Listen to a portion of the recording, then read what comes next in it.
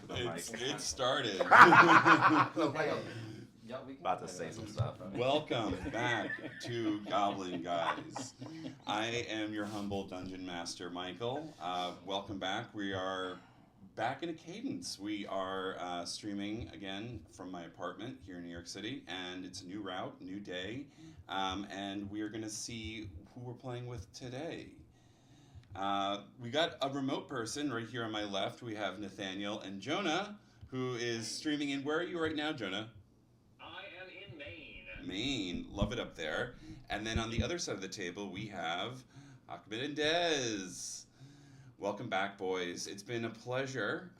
Thank you, everyone who's been joining us these last couple of days. It's been a really fun ride. Nathaniel's going to tilt that right in the right direction. He's the best producer and player combination that we have yet. Thank you.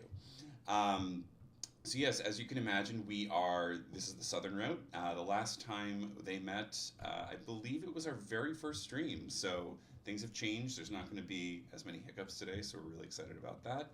But do you guys have any questions or concerns before we dive into the chaos that you are dealing with today? All right.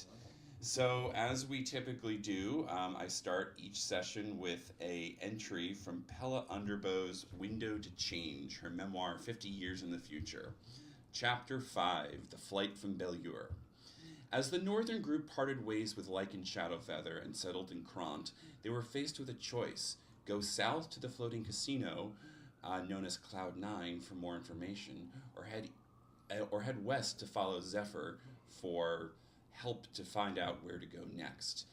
All this was calm in comparison to what the southern adventurers were dealing with, waking up one morning to bells tolling within the city wards as a massive roar rocked the entire city. A Tarrasque has emerged from the bay, chasing maybe one of their smallest members. We're not sure who. But during this time, the southern route was fleeing, and they wake up with a choice. You guys all wake up. The chaos erupts within the streets of Beluir. People are screaming. This is probably like 5, 6 in the morning, so it's still slightly dark. You all did get a long rest, so you feel perky at the very least. But yeah, the Radiant Vail, the religious order, the religious army that set up its encampment here, is rushing towards the bay to try and protect the citizens. You see Halcyon, the pure white tiefling with wings, float into the air and begin blasting radiant energy towards the Tarrasque. This was one of the Radiant Vail members that was trying to coerce you, Safina, into joining his organization. But they did mention that there is a cart with an invisible horse outside of town that you would be able to utilize if you join the Radiant Vail. But this might be a good time to not and run away, because I know that you didn't want to. Yeah, no, I definitely don't. But we're going to do a skills challenge. This is a chaotic time for the entire city. And I'm assuming you all are trying to leave the city. You're not trying to stick around? That's right. Yeah, no. Correct. All right. That's correct. Also, Not my problem. can I just, when we hear all of this tumult, will you have allowed me to cast Mage Armor? Yes. Okay. I'd say you can all prepare whatever you'd like as you rush into the busy city streets. Yeah, and I'll summon Boomy as well. Okay. Booma, excuse me. Booma, as you may remember, is Safina's owl familiar. So the first skill challenge we're going to do, you have to avoid some collapsing buildings. Some boulders have been thrown by the Tarrasque. I need everyone to make an athletics or acrobatics check for me, please. Will you, as also preparation, allow me to have used my Blade Song? Yes. Okay. Because that is going to 10. change. 10. Solid. That is going to be a 26 for me. Okay. Sorry, I have to get everything up. Prosta, what'd you roll? I am first going to cast myself an enhanced ability, Dexterity. Gotcha. And that's going to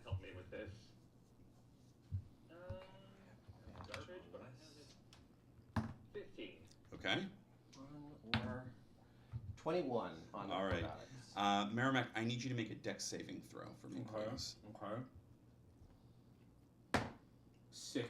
Unfortunately, as all of your friends seem more nimble and capable, you are a little bit shorter. Mm-hmm. Your legs are not as long as some monks or beautiful women, and a part of the building crushes your leg. Oh! It doesn't harm you too much, but you probably take.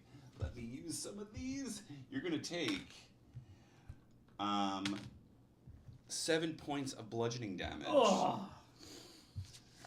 All right, next skill challenge.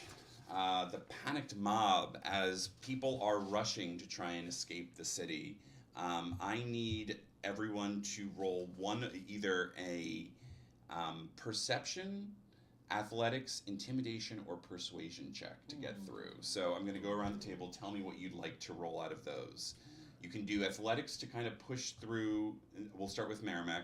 You can use athletics to push through the crowd, intimidation to try and scare people away from you, persuasion to beg them to kind of let you pass, or perception to try and find a way around. Perception so I can get to their feet. Yeah. 19. Okay, that's a success. Prasa, athletics, intimidation, persuasion, or perception. Intimidation. I'm going to rear myself up off of slightly larger than usual. Okay.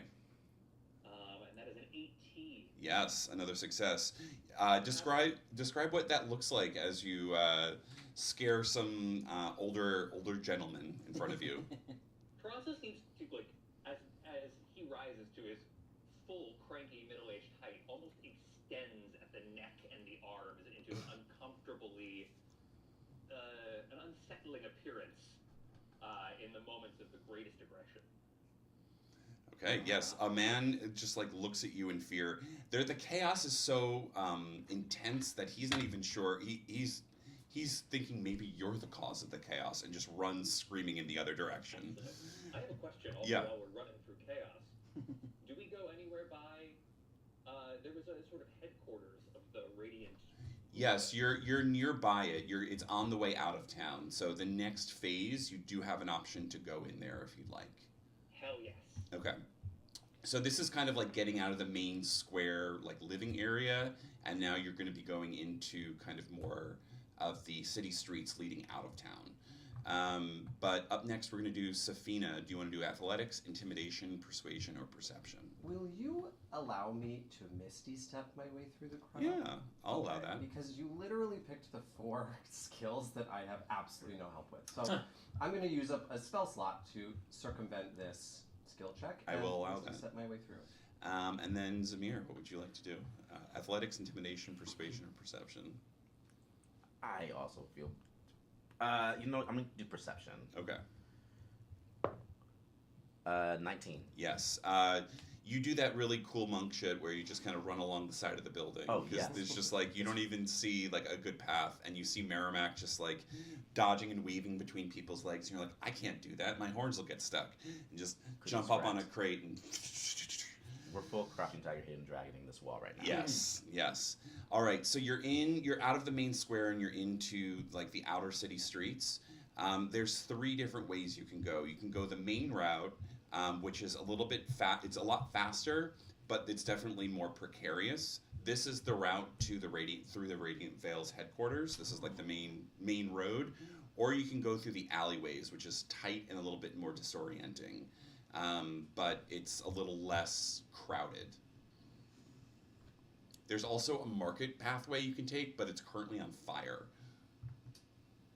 I want some of their gear. Okay. I want the option to be them when we need to. Okay. So, this is a split-second decision. You see Prasa kind of making motion towards the main road. What do you guys want to do? Oh gosh. You said it goes through their headquarters? It doesn't go through it. It's basically like this is Main Street, and it's leading out of town. Okay. I am going to cast Greater Invisibility on myself. Okay. And follow through. Follow Prasa. Yeah. Okay. I'm assuming, what would you guys, the two of you, like to I'm do? also gonna follow. I'm going to follow because these are the only people I know. Okay.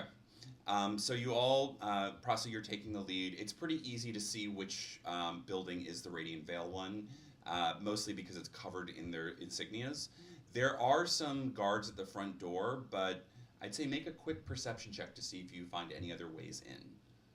The guards are a little distracted, let's just say that. They're kind of directing traffic and trying to, like, protect people. But there are some guards stationed nearby is more of, like answering questions and guiding people. But they definitely seem distracted. I got a 16 perception. Okay, there's an open window on the first floor that you can easily jump in. I'll leap through that. Y'all don't have to follow me. I'll catch up. I am going to send you a message with my spell, just telling you that I will meet you out front the city gates, the town gates. So Prasa, I'm going to ask you to do an investigation check. This is going to be really quick because you know that there's danger coming, and this is going to be how successful you are to find anything of value. 19. All right. So the first thing that you grab, it's very evident, and it, like, sparks your interest. It's like, oh, a map, obviously, and it's very clear where you're marked in the southeastern part of Beluir. But this is a map of the entire continent with, it's like those army movements of kind of Thay, the Radiant Vail, question marks everywhere, but it's a very clear indication of where you are. So you instantly see this, definitely valuable, can pick that up really quickly. And then what kind of weapon do you typically use? I use weapons as part of my suit. Yes, you do. I'd say that you get. But I would take a sword or other similarly generic weapon that the Radiant Veil might use as part of that equipment. I was going to say that there is like a spear that that basically it's a +1 spear that you can utilize. It can also function as a quarterstaff. I'll take it. Yeah, and it's pure white, almost ivory, and it just has this really ornate blade that kind of curves at the top, almost like a moon. But yeah, you can grab that, and at this point, I need everyone to make a dexterity saving throw for me, please. Oh! Yes. 3. Okay. 26. Oh! A 4. Okay. I'm invisible, if that helps. It doesn't. Ooh, crit for 21. Nice. All right. So because Prasa did a crit, you can negate someone who had you had a 3. I had 3. So I would say that Prasa, you're jumping out of the door as this happens, and you see it. You feel this tremor because the tail of the Tarrasque just hits the ground, and this shockwave, it's like an earthquake, just rocks through the entire town. Merrimack, you're almost knocked down, but Prasa catches you before you fall. Thank you. Safina, unfortunately, you are knocked prone, and you're going to take 6 points of bludgeoning damage. Okay. I also, I guess, have to roll for concentration as well. Mm-hmm. Thankfully, I'm fine on Okay. concentration, so she's still invisible. So you're a little bit slowed down, and then this is going to be the final push. You have to make a sprint to safety. There's basically you can either do athletics, survival, or acrobatics to get through to the gate as it's being closed. Acrobatics for me. Acrobatics for me too. Can I choose wild shape? You can choose. Can I wild whip shape. into... Your wolf form? I was going to say dire wolf, yeah. Yeah. And Prasa, what would you like to do? Could I cast Expeditious Retreat to get my speed 1.5 times what it normally would be? Yes, you may. I say that gives everyone advantage on their rolls. So you're going to be fine as a dire wolf. Okay. 18. I also get some additional speed with the blade song. Okay. Which is still up. 19 for me. 19. And Prasa, what'd you get? You said athletics, survival, and what? Or acrobatics. Thank God for my Ooh, blade song. so low that I can't save it with anything. That's a 3. Yeah. Unfortunately, it does get in the way. You trip over yourself and you land into. Wait. I forgot the advantage. Oh, yeah. You're, And that's a 20. There you go.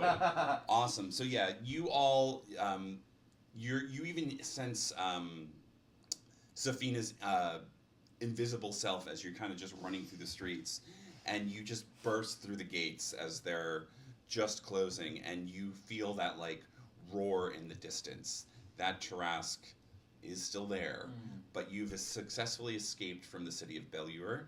And the first thing that you see, Prasa, to your left, you sense something. It's a cart, and the cart is seemingly moving by itself. It's kind of running in a circle. I am expecting there to be an invisible horse as part of that. You assume so. You don't see anything. What a horse is like? What a horse is like? Oh. Do you have any carrots? I was gonna say, do you smell that? You're a nature person. What? Turning to Merrimack. I think Merrimack is, his little leg is hurt and he's standing there out of the breath, but he's so comforted suddenly by the smell of what he knows to be horse manure. And he looks around for it, and he sees the carriage moving back and forth, and he sees just little piles of shit on the floor, and he thinks, wait a second. And he just stares, but he doesn't say anything yet. He just stares. And then it clicks. I think there might be horses nearby. Yeah, really? Yeah. Do we all see? You all see this cart moving by itself. It's like a covered wagon. It's like going around in circles. And you do hear at this point, once you're kind of, you hear Merrimack's statement, you do hear the, but there's a little whistle, and I don't know, make like calming horse gestures. All right. Try and walk alongside it. Roll an animal handling check. I love making people do animal handling checks. Nobody ever does them anymore. I'm ready for it, baby. We're like, there you are. I have no. Say that again? Am I making one? Yes, if you don't mind, please. Happily. That is a 6, but I am gonna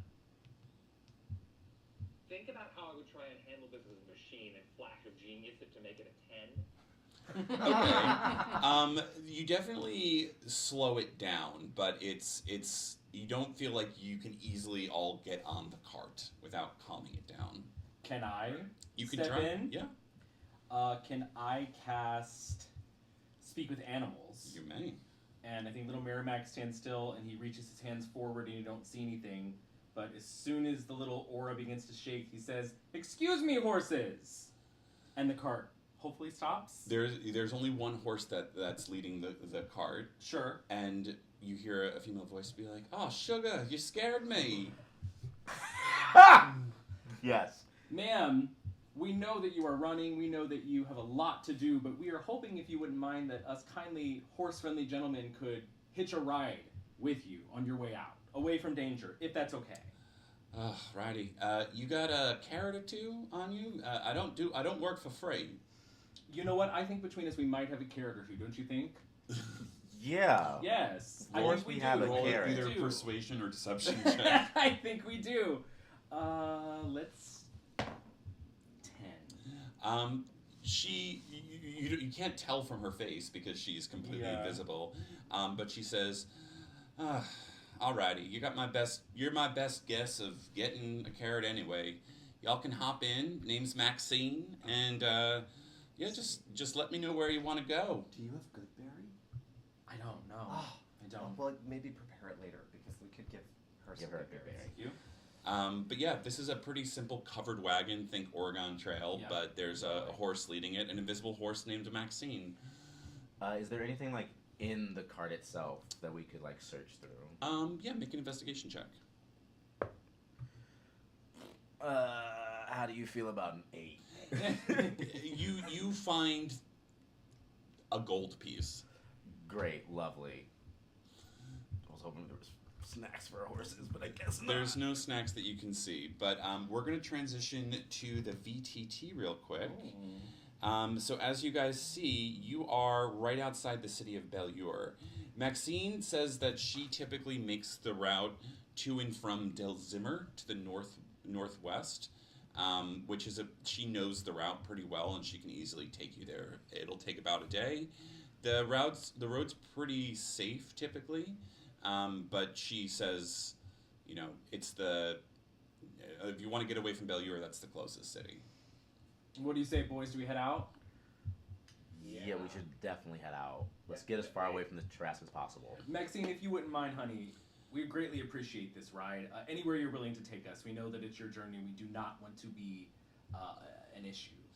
All right, sugar. Just hold on tight. This is my favorite part, as she just kind of rears up, or you assume she rears up. Please hear that. Yeah. Who's driving the cart? I'm driving the car. Obviously. Yeah. And I say, stay back, stay down, stay low. So you're all in the cart. Disappears. You have some time to kind of do a short rest if you'd like and chat.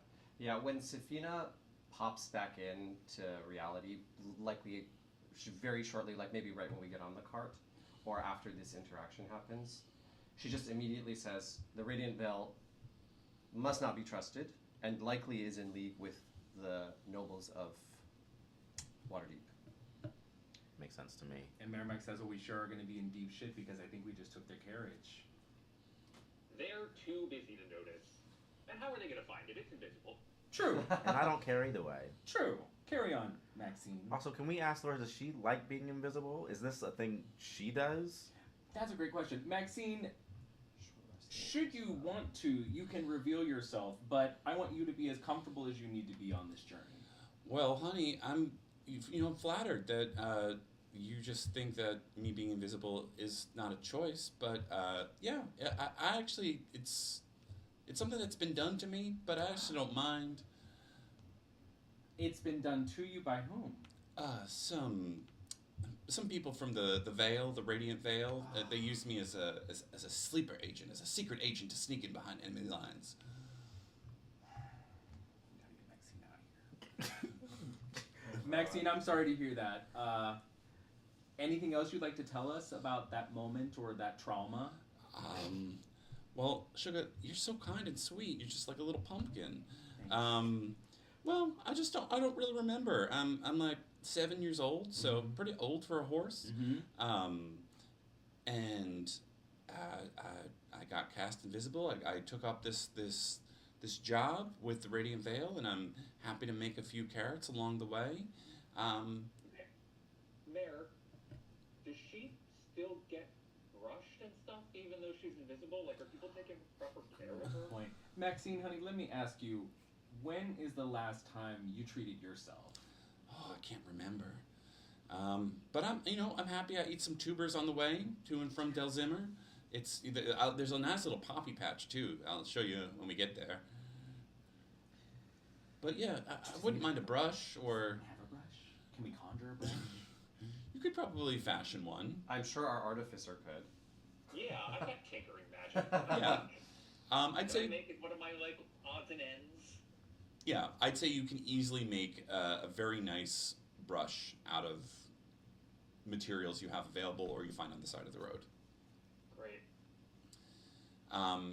Yeah, and you can take a short break, brush her. She's very appreciative. And she says, this is very kind. They don't typically ask me my name or ask me what I'm up to, but where are y'all headed? Are you part of the Veil? Are you part of something else? How can I help? No, not us. We are just people looking to get out of town. We stopped in for a moment, and as you can see, Maxine, all hell broke loose. Yeah. Speaking of getting out of town, I have a map. Oh, And we are farther away than I realized people go in a lifetime. That sparks Safina, who has mostly just been in her own thoughts, but she begs to see the map and see where we are. Yeah. We are way the hell down here, posting at the lower right. Where actually are we on the map? So yeah, if you zoom all the way out and then go to the lower right-hand corner. There we are. Oh, is it us in this little arrow? Um, No, that's the Leah. where are Further that way. Ah, there we are. Yep. Ooh, and we are trying to get... So you just left Beluir, and you're going north on that road to Del Zimmer.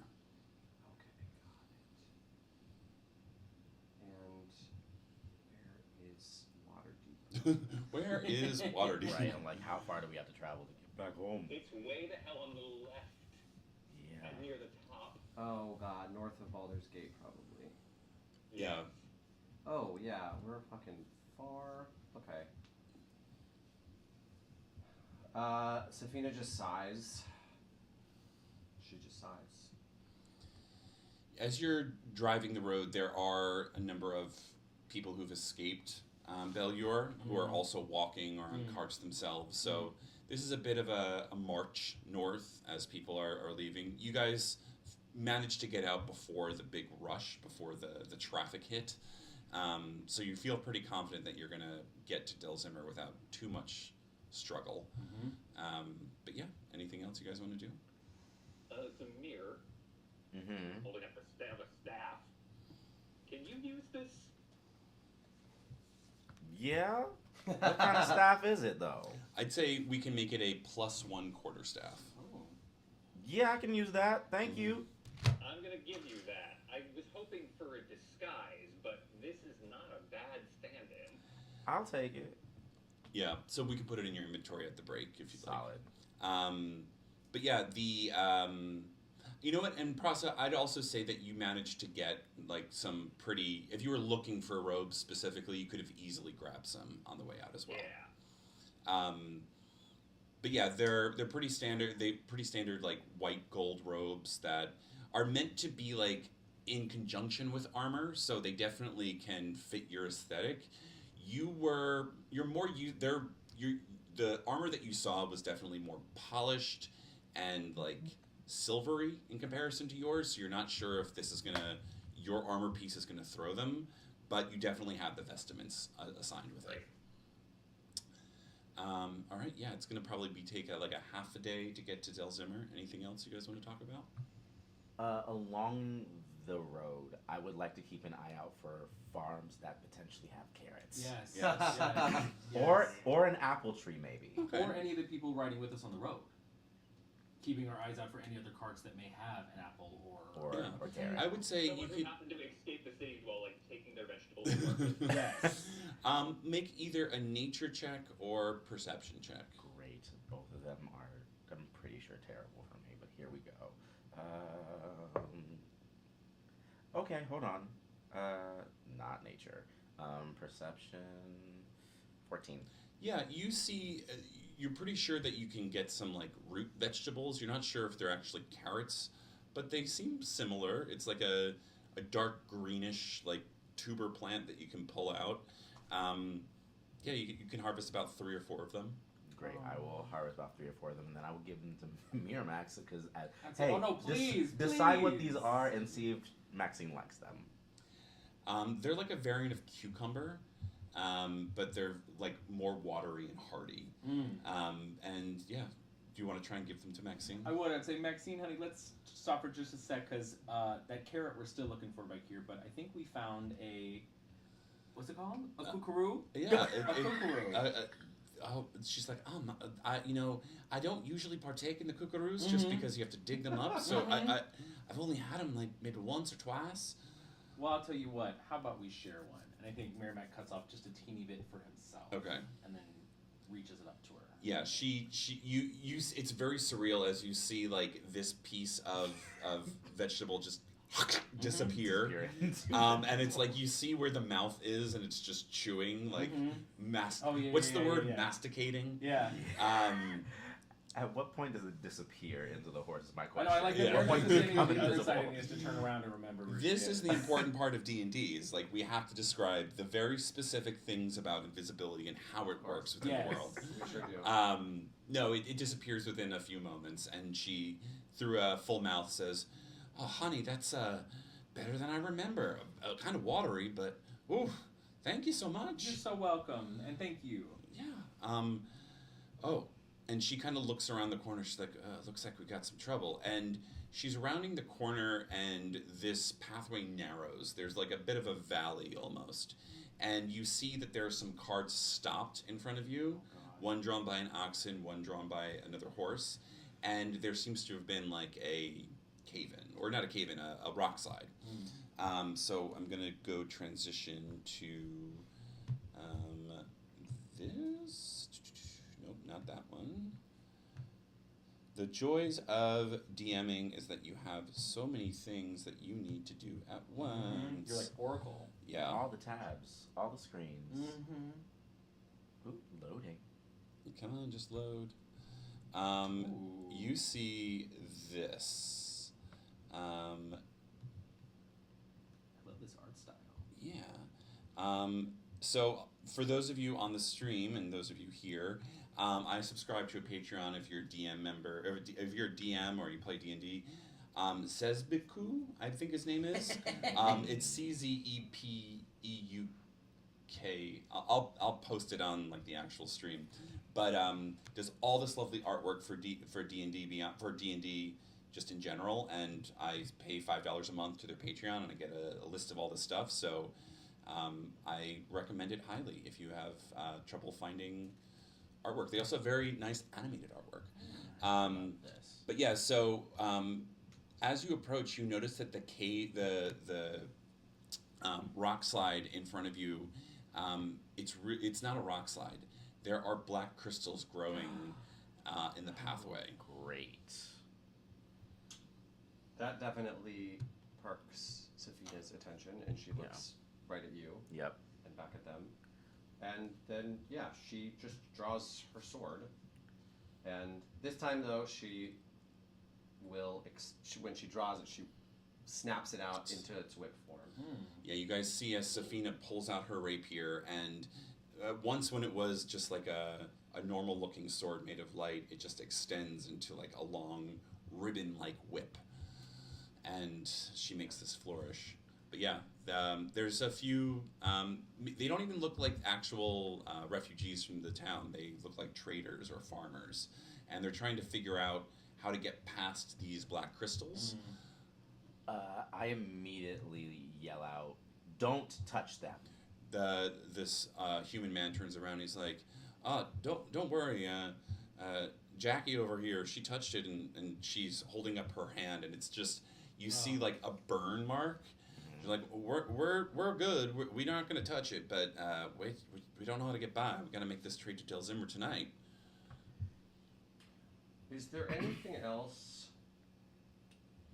around, like what's happening with the black crystals? They're just growing out of the ground? Yeah, they're in the way. Basically, this narrow path, it's hard for carts to get by, essentially. You can easily... Sorry? Don't they grow under particular conditions? Yes, I would say you can make a history check if you'd like to try and remember. Places of great violence and death. Yes. Oh.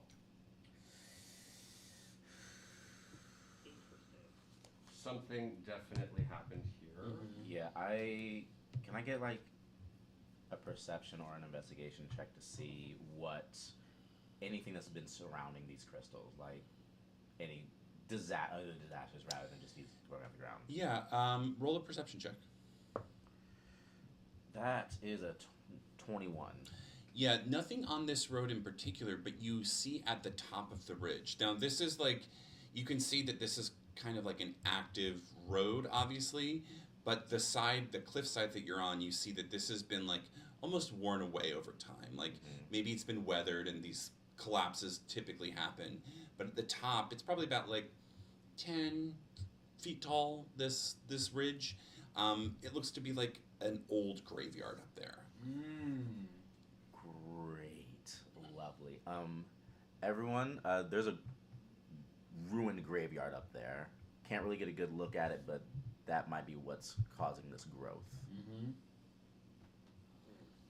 Should we go look? Doesn't this stuff explode? You know it explodes if it's in contact with something. Yeah, with Vivid. Okay. So Never mind. You know, sometimes you have that stuff around, and sometimes you don't. So, Safina's going to ask the people around, did you see how this all started? No, we came around the corner, we're ready to make the delivery, and these crystals just were growing in our normal path. And to the woman, was it, who has the burn mark? Yeah. She's going to ask, and how are you feeling? I'm a little thrown. My rotten hand isn't going to be good for keeping ledgers later, but I think I'll be good.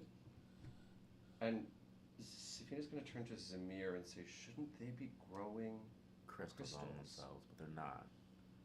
And neither one of them is wearing a bracelet. Mm-mm. So she's immediately suspicious. And what did you see up at the top of the ridge? Ruined graveyard. Ruined graveyard. If you want to stay down here and look after them, I can go up there and see what I can see. She's gonna, wait, let me double check that this actually is true. Okay. She's gonna point at you and cast message and say she does not trust these people, given what we know about the crystals. I'm gonna message back, and there's no. Well, I agree. We should not leave them alone. Can I take a look at the collapse a little bit and see if it is, get a little closer and see if it is if it looks like natural or it is man-made? Yeah, make a either nature or investigation check for me. Also, while he's doing that, I'm gonna use a spell slot to cast detect magic right away. Okay. And what, if anything, do I notice? Prasa, with your investigation check, it looks like it was a bit of a collapse, that these crystals maybe fell from the top. That this was not man-made, from your understanding. And then that this was just a natural occurrence. So based on, like, I'd say, your intelligence and kind of basic understanding of physics, that the crystals were most likely growing at the top of the graveyard, and then the natural area just kind of collapsed in on itself, and these crystals just kind of came loose. In terms of your detect magic, you definitely sense a high level of necromancy. But you're not, because you've done it before with necronics. It's like it definitely comes from a necronics sense, but you're not sure if someone else is casting that or part of that. Got it. And then you're up there. Yeah, I'm gonna acrobatics my way up the hill. You can easily just kind of like climb up there pretty quickly. It's a little sad because you see like where coffins and kind of bodies have been like are kind of partially sticking out of the side. And there's a few ruined grave markers up there, all very weathered. It's just they've been exposed to the elements for decades at this point, so you're not sure what it is even supposed to say. Okay. I think I look down at everybody else and say, I'm just gonna move you up there. yeah, this place is completely ruined, and am I also perceiving that like potentially someone did this? It doesn't look like it's been done purposely, but you do notice that there also are black crystals growing up here that you couldn't see before. They're a little bit bigger, so the ones down there seem to have been broken off and fallen down. Safina's gonna ask the folks, where were you coming from? Oh, we were on our way up from Beluir. We're making delivery to Zelmimir. And when did you leave? A couple hours ago. Aha. Can I get an insight check on them, please? That is a 21. They seem to be telling the truth. I mean, if they had left hours before you, then they probably didn't know about a Tarrasque. So, it seems likely. I do make eye contact with you, and I'm like, just give you a shrug, saying like, still don't trust them, but like, they seem to be okay. Yeah. Can I take a shot at getting these rocks out of the way? Yeah, go for it. What would you like to do? I'm gonna get between them and the cliff and cast Thunder Wave, Love that. which includes unsecured objects entirely within the cube are pushed 10 feet away from you. Yes, they are. So I'm going to move you up closer to the rocks, the rock formation, and yeah, cast your spell. Yeah, I might, for like over here. Uh huh. Is that okay? Yeah, go for it. Yeah, and I'm gonna cast Thunder Wave at first level. Because these crystals aren't secured and they haven't been growing out, you definitely are able to push them. Now, ignore the rocks that are there. I just can't change that as they're there. But unfortunately, that cracks the crystals. And crawling out from inside of them, you see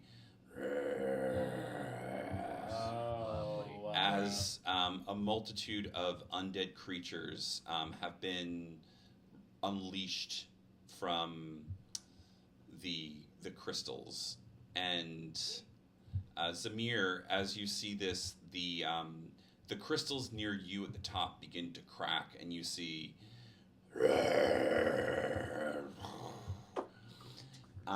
and we are going to roll initiative. Oh, God. Great, lovely.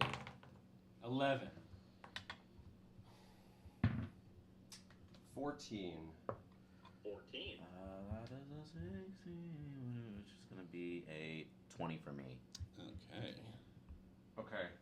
You. No, I think you need to go first if you're up there alone. Oh, that is true. Yeah. Or I could go first and come help, but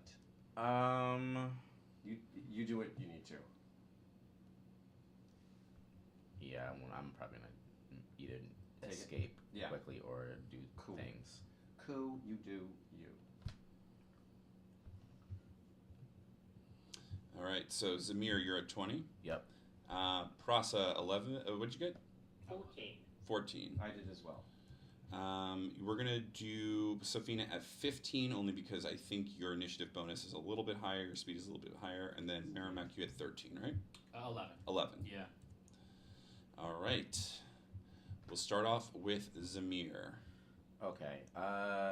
This orc zombie in front of me, we're just gonna go ahead and see what they're made of and give them a nice old melee attack. Nice.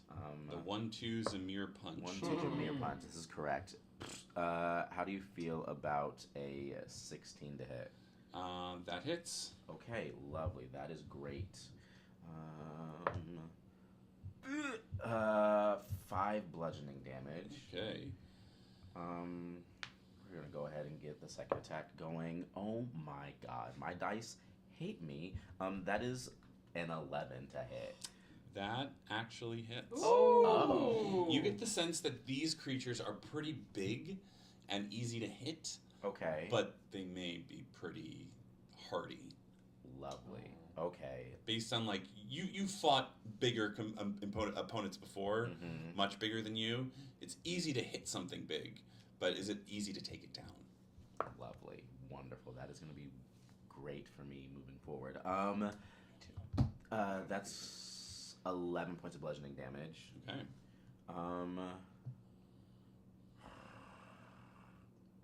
Yeah, we're just going to go for more attacks and fury blows. Actually, 16 to hit. That hits. That's another 5 points of bludgeoning damage, and that one I will stunning strike on. Okay. You said 15 points? 15 Constitution saving throw. Okay. Let's see how she does. And That was like 14 con saving throw. 14? Yeah. She rolled a 14. Meets it, beats it. Okay, lovely. That is, and I got one more attack because I'm gonna burn a focus point. Just try to get this person out of here. That is gonna be a 13 to hit. Okay. And another 8 points of bludgeoning damage. All right. Describe what that looks like. Zamir kind of going all out. I think with knowing that they are big and that they are slow and easy to hit, I think Zamir is literally just going for their blind spots. So there's a lot of like flipping behind them and hitting them in the back of the head, flipping forward and trying to like get them at the knees to trip them over, but it doesn't quite work. Just a lot of like flips and a lot of like short hits that are probably not doing as much damage as necessary, but it's keeping them occupied. Okay. That your turn? Yes. Safina, you're up next. Safina is going to do what she refers to, or what we all refer to as hulking out. Yes. And she's Yes. going to use her blade song, or her bonus action to cast blade song. Then she's going to... You realize that now that we've established that everyone at this table is singers, Oh, every yeah. time you Yeah. have to do a song every time you cast it. Yeah. Blade song. Okay. Then she's gonna cast haste on herself, Okay. and she's going to run into the fray. So she's got 80 feet of movement. So she's gonna go 1, 2, 3, 4, 5, 6. Stay there, and then with her extra attack, which she can convert to booming blade, whip that first zombie in front of her. Oh no, she won't. Oh well, Wait, will an 8 hit? I'm sorry, a 12 hit. These zombies. It will. Oh, thank goodness. Okay, lovely. So that is 1d4 plus 5 and sorry. 1d8. Okay.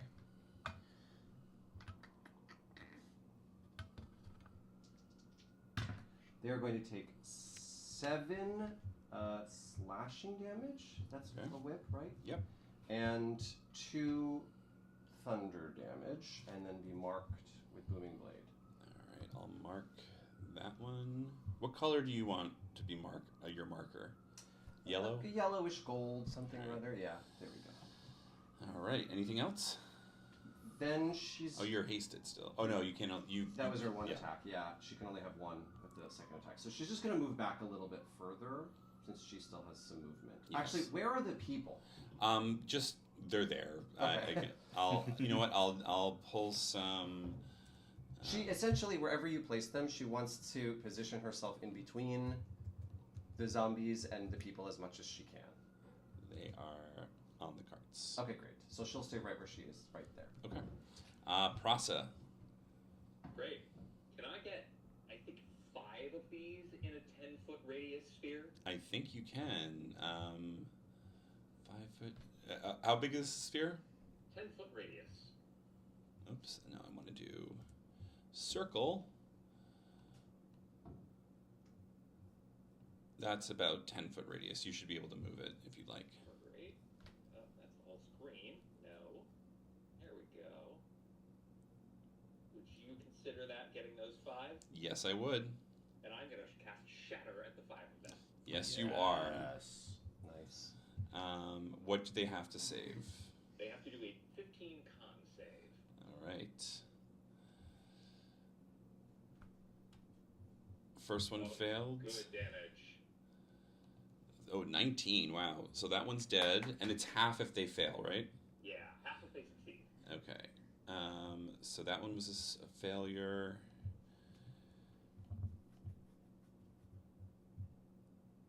That one was a success. So this one's gonna die regardless because of what Safina did to it. Even if it did succeed. Love that. That one succeeds. And the last one also succeeds. They seem pretty hardy, despite being undead. But yeah, you killed 2 of them, and the rest look pretty bad. They look awful, and I'm going to raise my shield. Seeing that Safina's got the 2 on that side, I'm going to raise my shield, get up in melee with these 2, and brace myself. Okay. Merrimack. The first thing I want to do is make sure that Max is okay. Maxine. Maxine. Maxine. You can call her Maxie. Yeah, Maxie. Maxie Pad. Well, Merrimack Maxine, you know. Yeah. So The new hit comedy Thank coming you very to much. CBS. coming soon to Neverwinter. Neverwinter. I think Merrimack turns to Maxine and just shouts, "If anything happens, go." And hopefully she says something back. She says, "Sugar, I'm right here with you. I'm taking you where I promise to take you to Del Zimmer, and I'm getting you to Del Zimmer. But I'm not fighting no zombies." No. Okay, so I think Merrimack, he gets up and he gives her a big kiss on the lips. Mwah. You get like her ear, but Okay. Yeah, I get her knee. you get her knee. And then You can't really see her. No, not at all. But it's just me reaching out like, okay, then I'm gonna kiss her and run up to Safina. So 5, 10, 15, 20. I'm gonna pass her 25, 30, Mm-hmm. and then will I hit the horse? Don't worry about the horse or Okay, anything. fuck the horse. You can fuck the horse if you'd like. Well, maybe after. I think I am going to cast. It is. Let me see. Range 60 feet, 5, 10, 15, 20. On Ogre Zombie B, Merrimack knows that the two are on the ground. He's going to turn up and he's going to give him a single starry whisk. Okay. Yep. Oh fuck. And that has 8. That's actually a hit. Oh. Okay. These guys are There neat. it is. Hitting the broadside of a barn. Okay, 2d8, so that's 7 plus 1, 8. Okay. What does your starry wisp look like? It looks exactly like the beginning of Gem and the Holograms. It's sort of hot purple in the middle, and it's got just enough sparkle that makes it look somewhat childish, but as soon as it hits the target, it changes into like a dark green, a dark red, and just slashes at the skin. Sizzles. He goes, "Ugh." Anything else? No. All right, now the zombie's turn. Ogre Zombie A is going to attack Zamir because he's right there. Yep. Going to hit you twice. 19 to hit. Doesn't hit. And another... That's going to miss with a 12. The Lovely. next Ogre Zombie is Zamir's going... still like flipping around, giving them all he got. Prasa, I need you to make a dexterity saving throw for me, please. Bad at these. That is another critical on a dex save. Yes, it is. Yeah. You see, I'm going to say you don't take any damage from this, as the Ogre Zombie B picks up like a large grave coffin and just like throws it down at you. You see this tail from a mile away, and you manage to just kind of duck your head just enough. Because of that crit, it destroys this zombie and crashes into this crystal, kind of destroying it and making it a clear-ish pathway through. Yes. But yeah, and then the next zombie is going to come up to you, Prasa, and attack you. The one to your north, zombie E. He's going to bite you. Oh no, he's going to bite you twice. Or try to bite you twice. Try to bite me. 18 to hit. Shield just pushed into its face. And then another bite. 16 to hit. Nope. All right. This one's going to come up to you, Merrimack, and try and bite you twice. 11. It does. 11 hits. Yeah. I will help you out with some silvery barbs. Okay. So it has to re-roll and take the lower roll, and then, Mare, you get to have advantage on your next d20. All right. Well, it rolled a 9 on the re-roll. Okay. And then this one is going to come up to you, Safina, and try and attack you. Ooh, that is a 25 to hit. Oh god, that does hit, and she just used her reaction, unfortunately. You're going to take 15 piercing damage on that first one. And, natural 20. Oh god! And you're going to take another 16 points of piercing damage as you are also poisoned. So everything is at disadvantage. Let me do these con... You were so busy trying to protect Merrimack, you didn't see the other zombie coming, and it just latched onto the side of your neck. Okay, I maintain concentration on both. Okay. That is the end of the zombie's turn. Back to Zamir. Okay, I'm gonna just go after this orc zombie A again. That is it's 17 on Yeah, the that die. hits. That's gonna hit. Yeah. Lovely. Doing all the math. 12 points of bludgeoning damage. Okay. And I will go ahead and put a stunning strike on that one. Okay. He has to do another 14 con. 14 con. He rolled an 20, so he's not stunned. Fine. Okay. We're gonna still attack them again.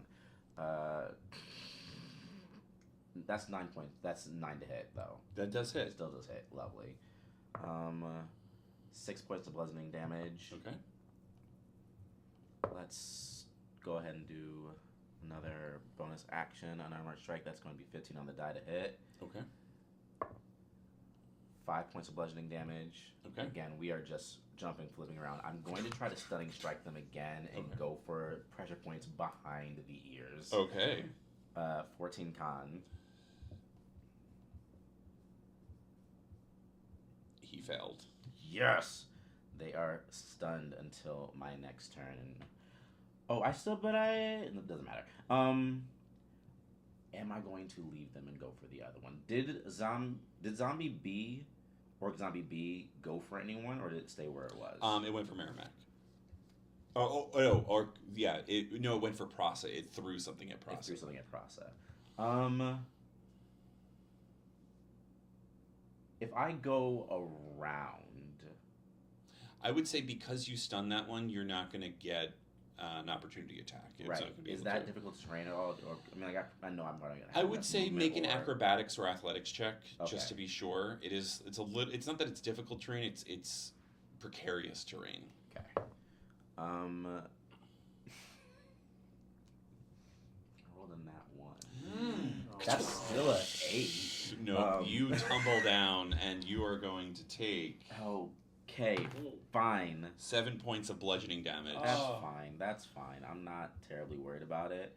Because I still have 45 feet of movement. Yes, you do. regardless. So I'm gonna take that hit and. Well, you were knocked prone, so you're I'm gonna. gonna knock prone. Great. So I'm gonna use half of my movement to stand Stand up. back up.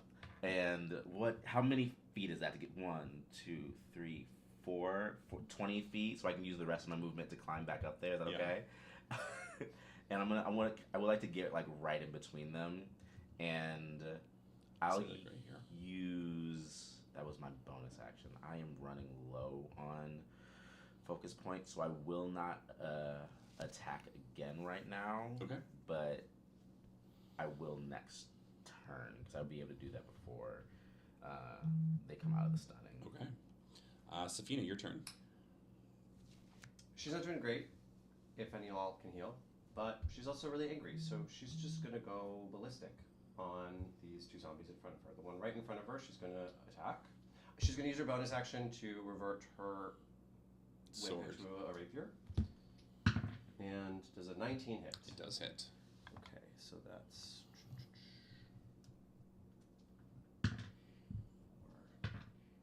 8, 13 damage, piercing, and 4 thunder, so 8, sorry.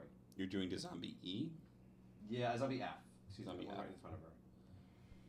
Yeah. Describe the kill. Okay, she snaps her whip back. It's now when she snaps it, it like pulses extra light, and then when she stabs it into the zombie, she almost stabs it through this like ring of runes, which is the booming blade, and it creates this shocking, thunderous sound. And Merrimack, I right need you through to the make a dex save for me to see if you're covered in zombie guts. 4. Yeah. And it just Yeah. Yeah, and then, And then-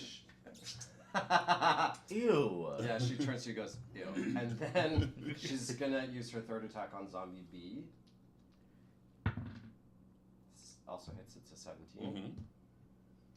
This is just 7 piercing. Okay. So she just Actually, Crushed her. describe that kill too. Oh. That's exactly how many hit points you had left. Oh my gosh. Amazing. Thank you, Prasa, for warming them up for me. So, after this zombie explodes, she sees Miramac get covered in all of this zombie gut. I'm gonna. She sees the zombie sort of like, kind of cock its head towards you as though it's like, what just happened, and then just quickly rear back and then thrust one more time. Yes. Through it. Destroying it. Anything else? That is her turn. All right, Prasa, your turn. All right. There's options. You like options? Yeah.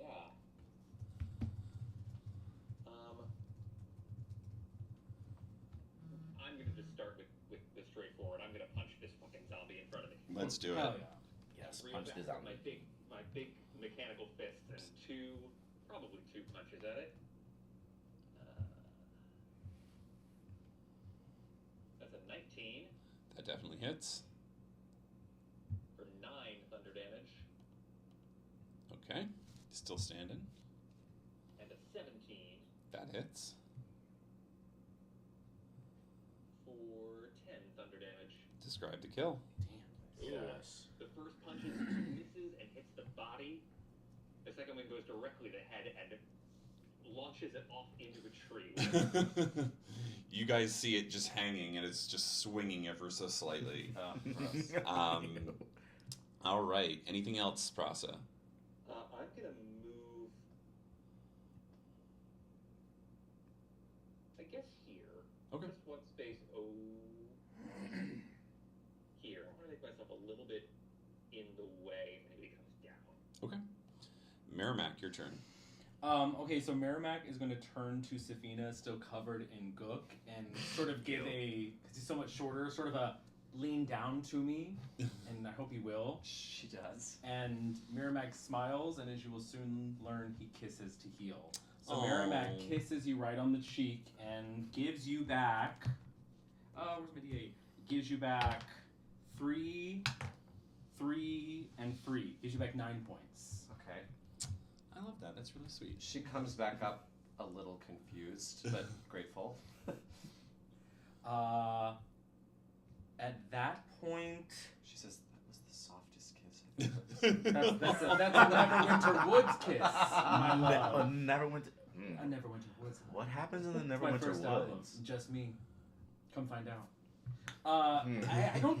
I think I want to. I know what I want to do next, so I think he's gonna kiss her and then just walk over and plant himself right below Zamir, and then basically shout up to Zamir in 6. He's learning.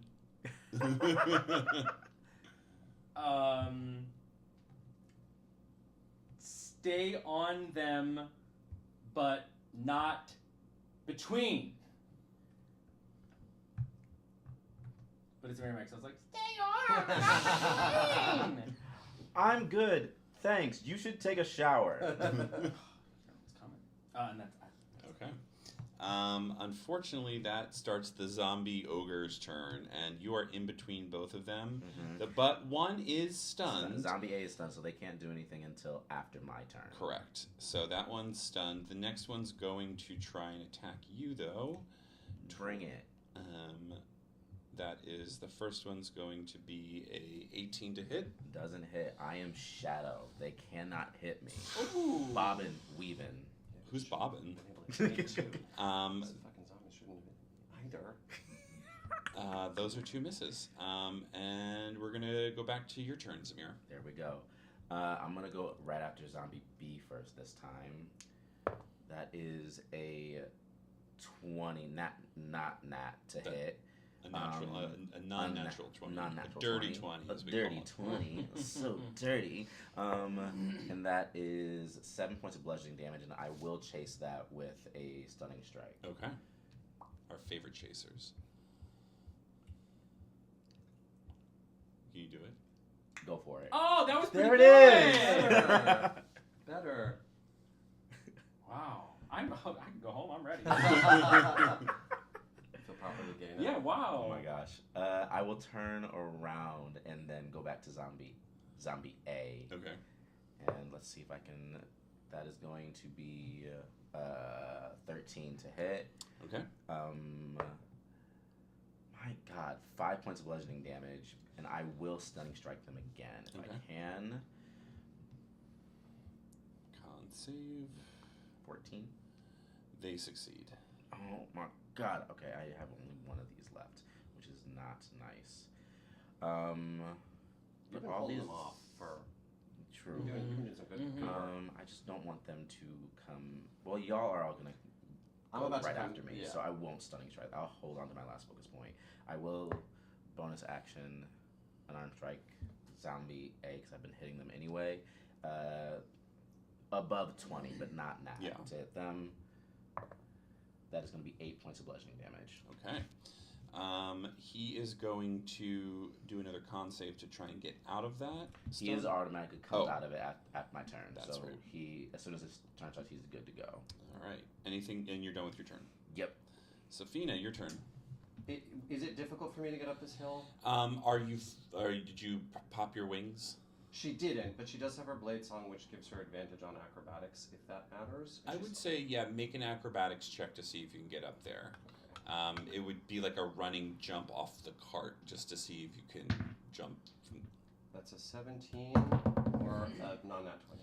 I would say the non-nat 20 definitely gets you at least up here. You So- hear me like shout down, grab the root right there. Grab that root right there. As she does, she She's doesn't like, even I do don't it. need to. She just does. Okay. It's like it's. I imagine she moves very much like May from Avatar: The Last Airbender. Sure. Yeah. Yeah, she's just like spinning and jumping on, Yeah. you know, it's almost like she's ice skating up this hill. Oh my gosh, yes. And then she is going to come around next to you on this side and use Booming Blade double attack this zombie A. Is it still stunned? Oh no, end of your No. turn. Zombie. Yeah, so it's not something anymore. Okay, 26. That hits. So it's gonna Booming Blade this dude.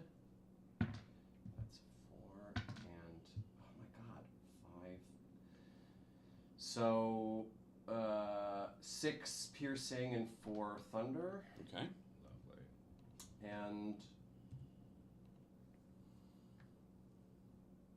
were you right next to it?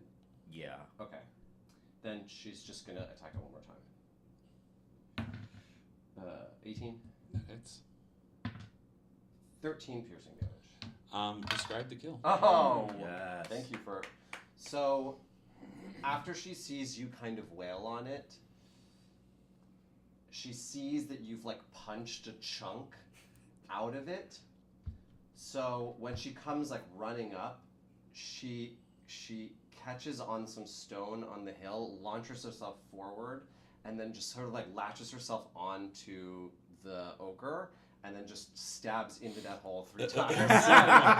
And then, of Yes. course, one of them is Booming Blade, so it explodes and she drops. Zamir, please make I'm a making- dex yeah. save. Lovely. That is a 22 dexterity saving You throw. see that sludge coming right for you, and you just kind of nimbly dodge out of the way. It's very Oh. like Matrix of just Yeah. like full on Matrix level, back bent, comes right up. Like, did you have to do that again? Merrimack. As you look And I'm up, just like, you see this on your On your face. And she just says, "Yes, I did." And her, by the way, when her blade song is active, all of the rune scars that she has, that she etches onto herself when she prepares her spells, are all sort of like shifting and glowing, and they create this like wispy trail behind her. So she's like launched herself on this thing, and she's like this blur of glowing runes before it explodes. Very So quick, very Love. nice. Anything else, Safina? She doesn't have any bonus action. that All she can use right. here. Prasa, you are up next. All right, I'm gonna try and take this zombie away from y'all, and step down the square, punch with my right hand at the top of my left glove, and fire the fingers out for thorn whips. ooh. Okay. We love a thorn whip. Now, is this an actual nature-looking thorn whip, or is it like more of like a metal rope that comes out? It's a very arcane-looking thorn whip. The metal fingertips come off, but they are connected by arcane energy. Ooh, love this. All right, that definitely hits. Great. And I yank it off of the cliff, pulling it 10 feet closer to me.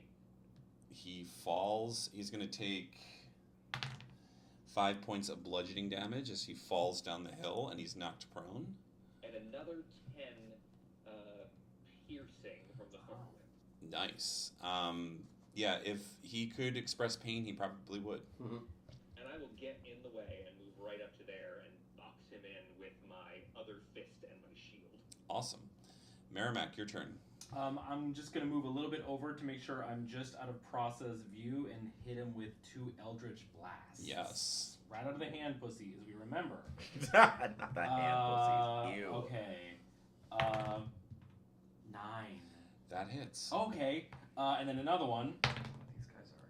20. That's a natural 20. Woo! I'd like you to describe the kill. Oh, it's pa-pow, pa-pow. And I think he stands just for a moment, sort of recognizing what's happening. His big belly just sort of, and then he spurts a whole thing of blood straight onto me, and then just collapses. Yes. And hopefully then we hear Maxine give a...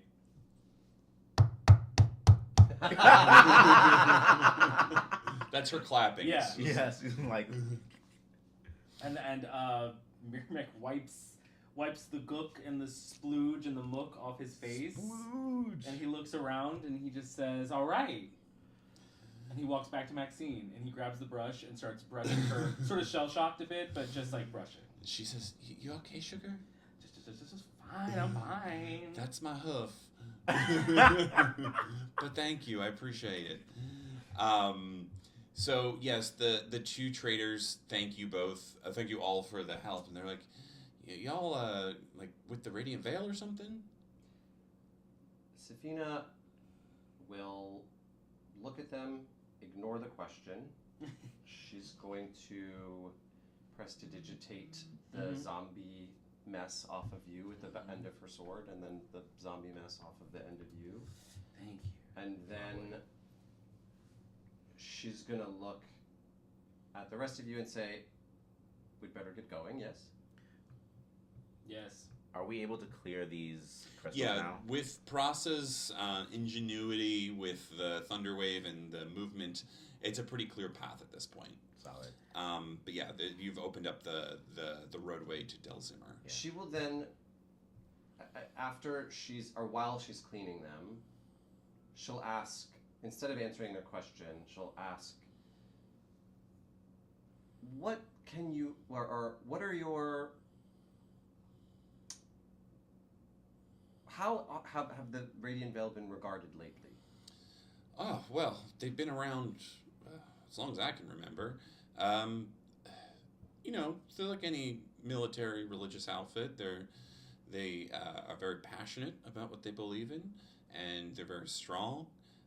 But honestly, it's either them or Thay, and Thay is just going to turn into, and they look at the zombie mess and like, we got one choice, it's going to be the living, not the dead. But to your question, they're good. They are. They just they're desperate sometimes. And the young woman says, "Yeah, there are some just guards up near Delzimmer. That's kind of where they're mostly headquartered at the front for Thay right now. So it's a little. I know that security's a little tight up there, but just letting you know." So there's more Radiant Veil? And they explain that this area within Faerun is. I'm going to switch back to the Faerun map for us to view. But this area of Faerun is basically the Eastern Shar to the north, is where a lot of the army and kind of skirmishes are starting to occur. Basically, everything near the southern Shandahar and the Council Hills, that's where a lot of the fighting is starting to occur between Thay and these southern cities. So let me zoom in on that for y'all. But where is it? Sorry, wrong one.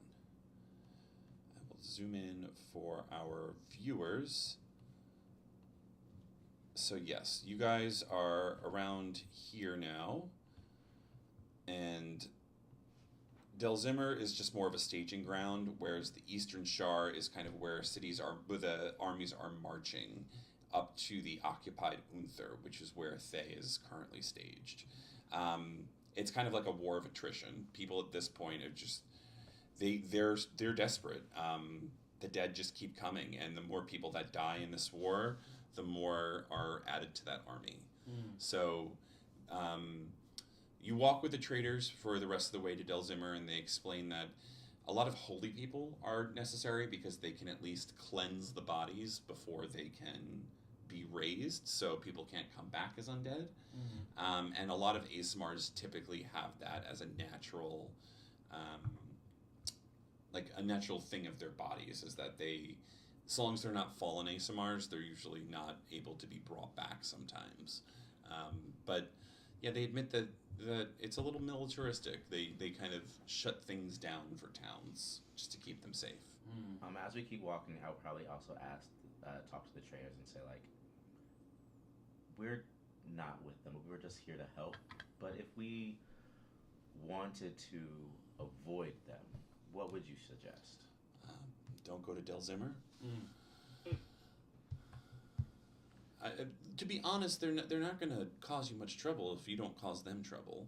I mean, if you're not with them, and she looks at you, Safina, she said, I would hide your heritage if you're not part of the conscription effort. But you should be able. Delzimmer's a big enough town; they won't notice you. What do you feel comfortable with? She says, I will let you know as we approach what I think is best. All right. So you guys are approaching Delzimmer, and Mayor, I gotta ask you a question before we get too far from where we were. I'm all ears.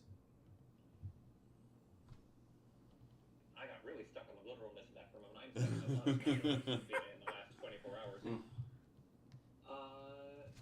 You were so good with animals. Thank you. Why do you smell like that thing, and how do we get it off of you so the big one doesn't find us again? Well, do you want the long version or the short version? I want the medium version because I think you fucked something up. Safina says, be thorough and honest. On my own personal journey, that we can discuss at another time, I randomly and quite serendipitously found my way into a group of friends. The first friends that I've really ever had and stuck with. When I met them, they already were in possession of an egg. A Tarrasque egg, we now realize. I did not know, and I was not a part of the collection of it. What I can tell you, and I think Merrimack pauses because he's wondering, should he tell them? Should I lie? And then I think, you know what? Fuck it. These are the only other people I know. You know Serene, yes? Celine? I think so. You know that she uses a lot of different Yeah, names. you know Miss Ma'am. Yes, Miss Ma'am. Miss Ma'am. I'm familiar with her. Well, how do I put this lightly? Do you love her or do you not? I'm not particularly of any one opinion about her. This might change that. What I came to figure out was that Serene knew something far greater and far more dangerous than any of us could imagine, and hatched a plan long before my arrival and long before me even figuring out that the Tarrasque egg was part of it.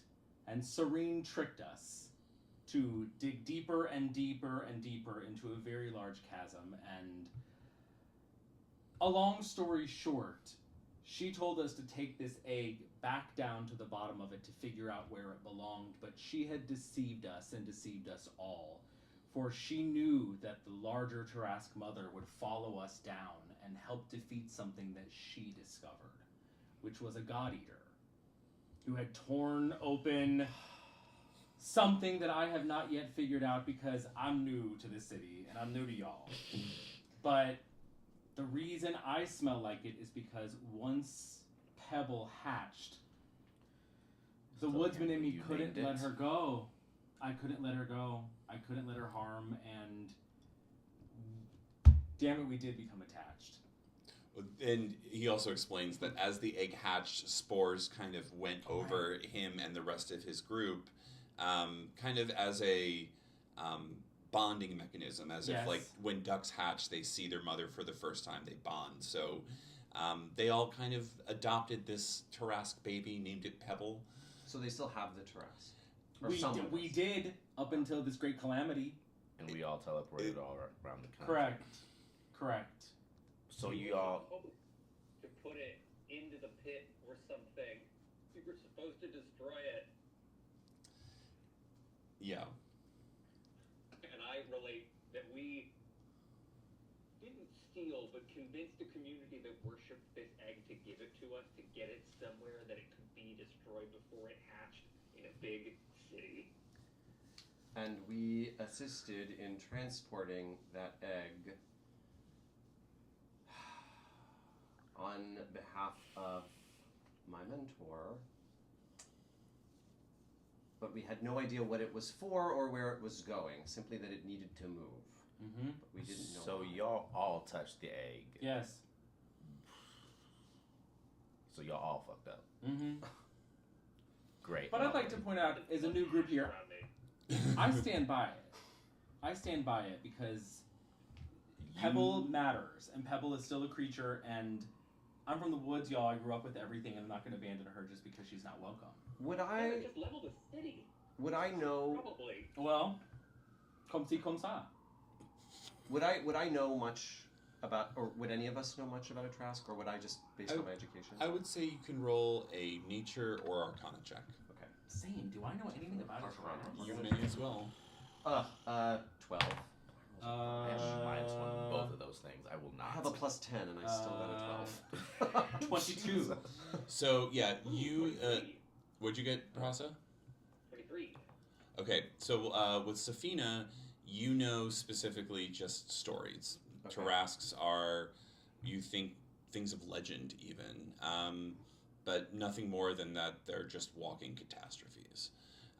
With Prasa and Merrimack, you both know that these creatures, they do exist. They exist in kind of like the farthest reaches of the world, usually because most things are scared of it.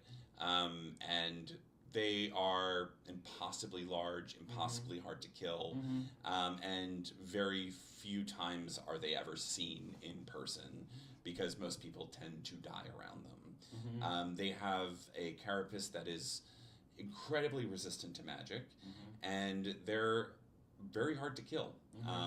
Other than that, it's they mate and they breed every couple of maybe decades, centuries, and they're usually in some sort of long hibernation until they wake up to feed. So Pebble's rare and unique. Yeah, just like the rest of us. And incredibly, incredibly dangerous. I love how you're still justifying this, and that's what Zamir says to you. Why are you still justifying that you kept this monster alive? In the spirit of honesty, because I'm learning to like anything other than animals at present, because I spent my life alone, so I would throw myself down for the Tarrasque before I would probably throw the Tarrasque down before someone, you know? I'm learning this, though. Okay. In the spirit of honesty. Fine. This is it. It's a problem we unfortunately can't solve. Practicing enjoying other people. That's exactly right. That's exactly right. I'm learning too. Safina will say, quite matter-of-factly, I am less concerned about the morality of your decisions and more concerned that your past incompetence will lead to future incompetence. But nevertheless, Why do you think I was in the woods? What we are currently dealing with is a creature of legend summoned to combat a discovered consumer of gods, all while Thay continues its migration towards overtaking our land. And throughout all of this, there is some grander need for folks of my lineage, and then she'll stop herself before she starts talking about someone else, and then she'll look at you, and then she'll say, we've got quite a lot on our plate here. Why do we need to go to Delzimmer? Delzimmer is the closest place Okay. that you can totally avoid it. It's just the closest place to civilization. Based on what they say is you could probably easily avoid any sort of conscription notice. There's a lot of chaos. They're more focused on the front, whereas Beluir was more of like a luxury city where they would kind of be like, come join us, come to the conscription office, like be all you can be type of situation. Got it. This is like going to Fort Bragg or something Yeah. like that. So she'll say, considering all that we are faced with,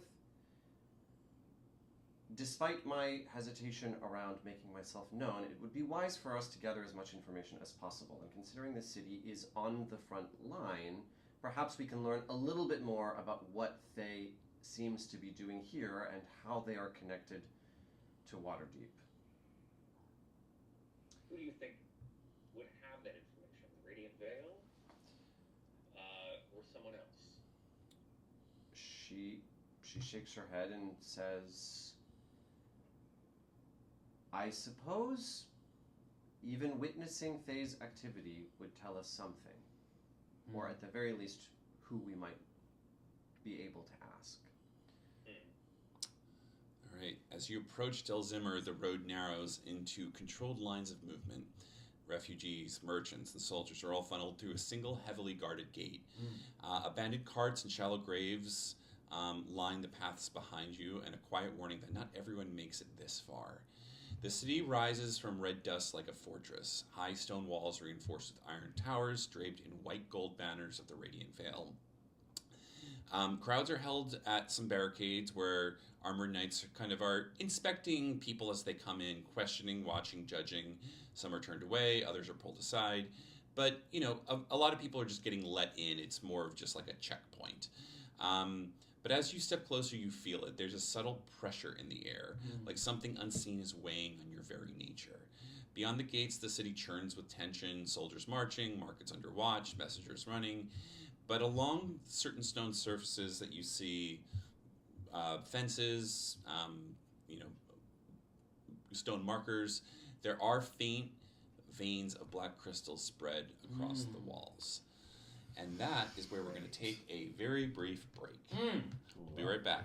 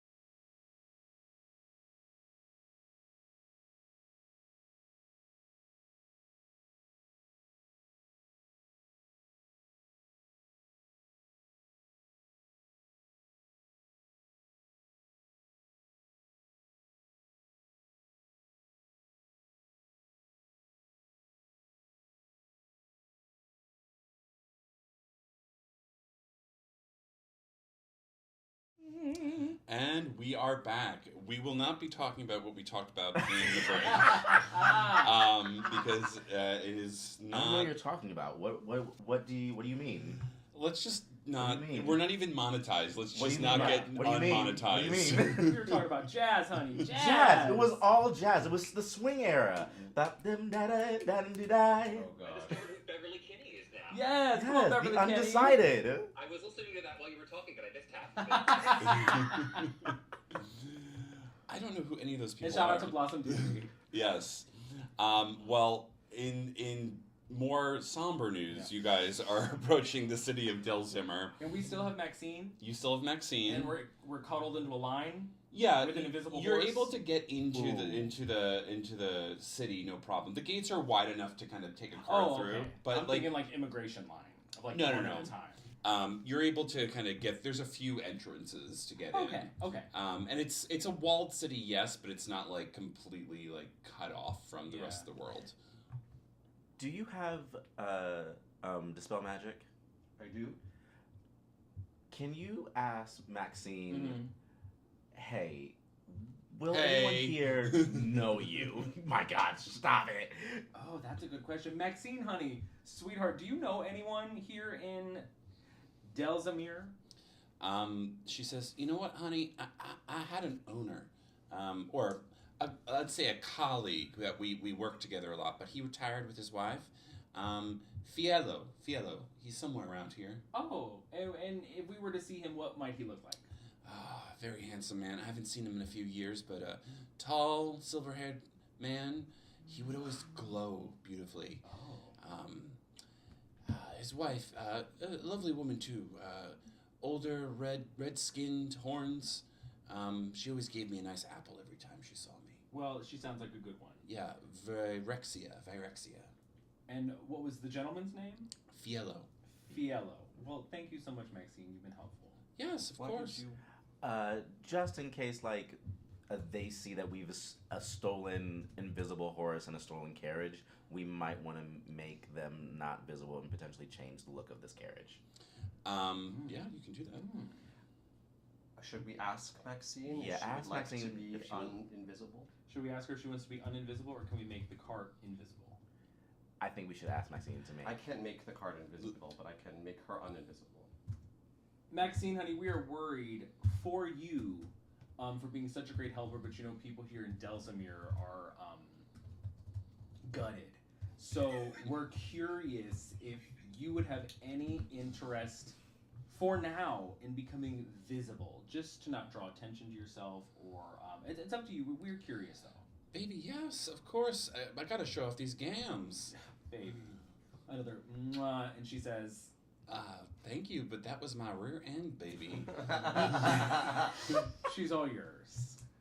She will draw the dispel rune with the back of her sword near the horse. And you see, We need to use the soundboard. yes, I can just do it myself. Yes, you can. Um, Come on, use those vocal skills. A kind of a chestnut-colored horse just kind of shimmers into existence, and she says, "Now there I am. I'm beautiful, aren't I?" Baby, the most beautiful horse I have ever seen. Thank What does she you. look like? Horse queen. She was Wait. chestnut. Wait, I remember this, and she just kind of like clomps, and then she disappears again. Oh, I remember this now. And she reappears again. Maxine is stunning. Thank you. You're the most beautiful horse I can't see. oh my gosh. I bet you say that to anyone, Sugar. Do you have memory? Do you lose memories when you're invisible? Who said that? Who are you? I'm just joshing Oh. with you, Sugar. I have a memory like a horse. Oh God, Maxine, you just enthrall me, hun. And I'm just watching this exchange. But what you're really seeing is Right. And as these nays are happening, I think I'm gonna chilling touch, take off any like insignia or anything that might be on the cart that might link it to the military argument that I can't remember, or just make it a little bit more distressed so it's not. Yeah, you can easily do that. The cart, I mean, like, you can take Maxine off the cart, too. She's not, like... I leave Maxine on the cart. I think she might be comfortable there. Okay. Yeah, you guys can get into the city. You can slip in pretty easily through the crowds without being spoken to by these people. But, yeah, the city's a little bit smaller than Beluir, but you can see a number of locations. There is the Stonewake Armory, the Ember Ledger, which appears to be a cramped trade house stacked with maps and ledgers and dealings. There is a research tent full of arcane instruments with a little sign, makeshift sign put outside. It's called Dust and Memory. And then closer to the center, you see the Radiant Bastion, which is kind of like the area where a lot of the Radiant Vail have been congregating and just kind of doing drills and walking around. And then there is a area kind of towards the edge of the city walls. It's just an outer encampment where some people, they don't appear to be citizens, but maybe helping people, or just like in mid-travel at this point. But there's definitely this air of worry. Guards are moving quickly. People are kind of not smiling as much. There's not an air of excitement or joy. But so you have... Yeah, go ahead. People seem to know about the attack in Beluir. I'd say, just listening around, you can sense that there are rumors spreading. There's definitely birds and ravens kind of dropping messages off from the southeast. So you can imagine that if the news hasn't reached them, it will reach them soon. I'm looking around and see if there's any of those lanterns that light up when Azamars are near. There are closer to the Radiant Vail encampment, but nowhere in the city specifically. I point those out to you to be wary of. Yep, she nods and clocks them. What kind of light is in those? Is it fire? Is it glow? It's made of a crystalline substance, and you don't know if it's just like a glass substance covering something. You'd have to get closer to really investigate it. Great, thank you. Yeah, so what would you guys like to do? Are we literally on the front lines? Like we're like a mile or? I'd say it's a couple of like maybe 25 miles north is like where the real fighting is happening, or at least the combat, the skirmishes are happening. But this is kind of like the closest staging ground, the biggest like encampment for the Radiant Vail to send their soldiers north. Yeah. Well, at this point, Merrimack doesn't know what to do at all. He doesn't know these people. He does not exactly know where he is in relation to where he came from, because he barely knew that place. So I think Merrimack is panicked inside, but going to go with the flow of these folks. Okay.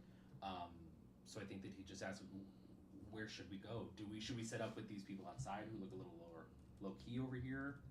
Should we venture in? I think Zamir looks at the situation and everyone and says, keep a low profile as much as you can. Helping people here might also unfortunately get us stuck here. So unfortunately do so sparingly. As we say, you definitely remain hidden as much as possible. Yeah. I'm looking at that leisure house. Maybe we can get information over there.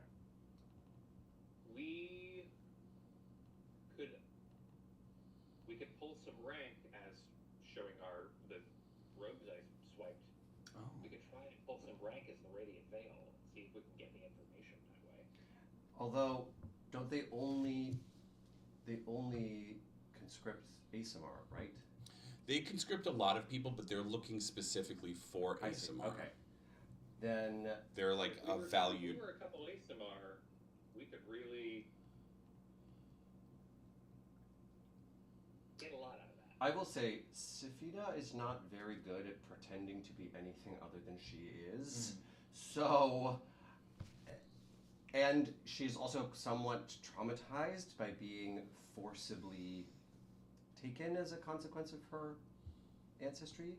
So she's not the most comfortable with masquerading as one of these people, but she can see the value in one of you all doing so. She just is going to try to stay. She's still in these like generic traveler's clothes, so she's just gonna. She may even ask you to fashion like some sort of hood out of one of the spare robes that might exist. Yeah. If that's possible. I see that.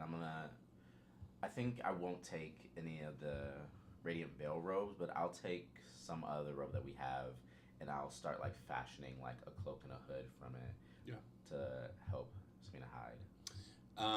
Yeah. As you guys are kind of closer to the edge of the city still, and you notice that there's a number of people just kind of looking for work or for money, kind of doing their best to survive, and you do see an older tiefling woman, graying hair that used to be black, and what used to be vibrant red skin is probably a little bit more weathered, and she's helping a few children. She's kind of giving out some meat pies, as it looks. There's no way by chance this is going to be Phyrexia. You see that she is also wearing some Radiant Veil like filigree, but not like in a soldier manner. And as you see that, you see an older man kind of come up to her and give her a kiss on the cheek as they walk further into the city itself. And how far away are they from us right now? Probably like 30 feet. So I can lean into Maxine. Yeah. Say, Maxine, you just let us know about two individuals. Is that Fiorello? It's Fiello. Fiello? And she just kind of Maxine! as she runs off towards them, and she kind of jumps around, and this older gentleman just kind of, and she's just nuzzling, and you can see that they are recognizing her, but they're also both like surprised that she's visible. Yeah, and then she's like trying to pull them towards you guys. Sure. I say stay here, and I race towards them. All right. Safina's Just dead. to look like I'm completely not with you at all. Yeah, I keep an eye from a distance. Yeah. So you approach, and they seem like a normal couple. The man Fiello, that you assume to be Fiello, is wearing Radiant Veil armor and robes, but he's definitely older, almost like, maybe not a general, but like, he's like honorably discharged type of person. Like, he's walking with a limp. He's very much like, I did my service. But the thing that stands out the most is that he's got this glow about him. Very similar to what Safina appears to have, in kind of like this light under his skin. And he's just like very much in love with his wife. They're holding hands still, and they say, "Oh, young man, lovely to meet you. Are you the one who found our Maxine?" I am on the road up from the terrible events just southeast of us. I was lucky enough to find this horse. The woman leans in. She says, I did hear about that. There was some violence, a creature of something in Beluir. Is that correct?" You know what? I couldn't tell you.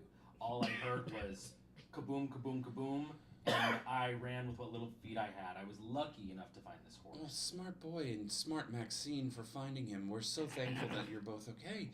Thank you. What brings you to town? Seeking refuge at present.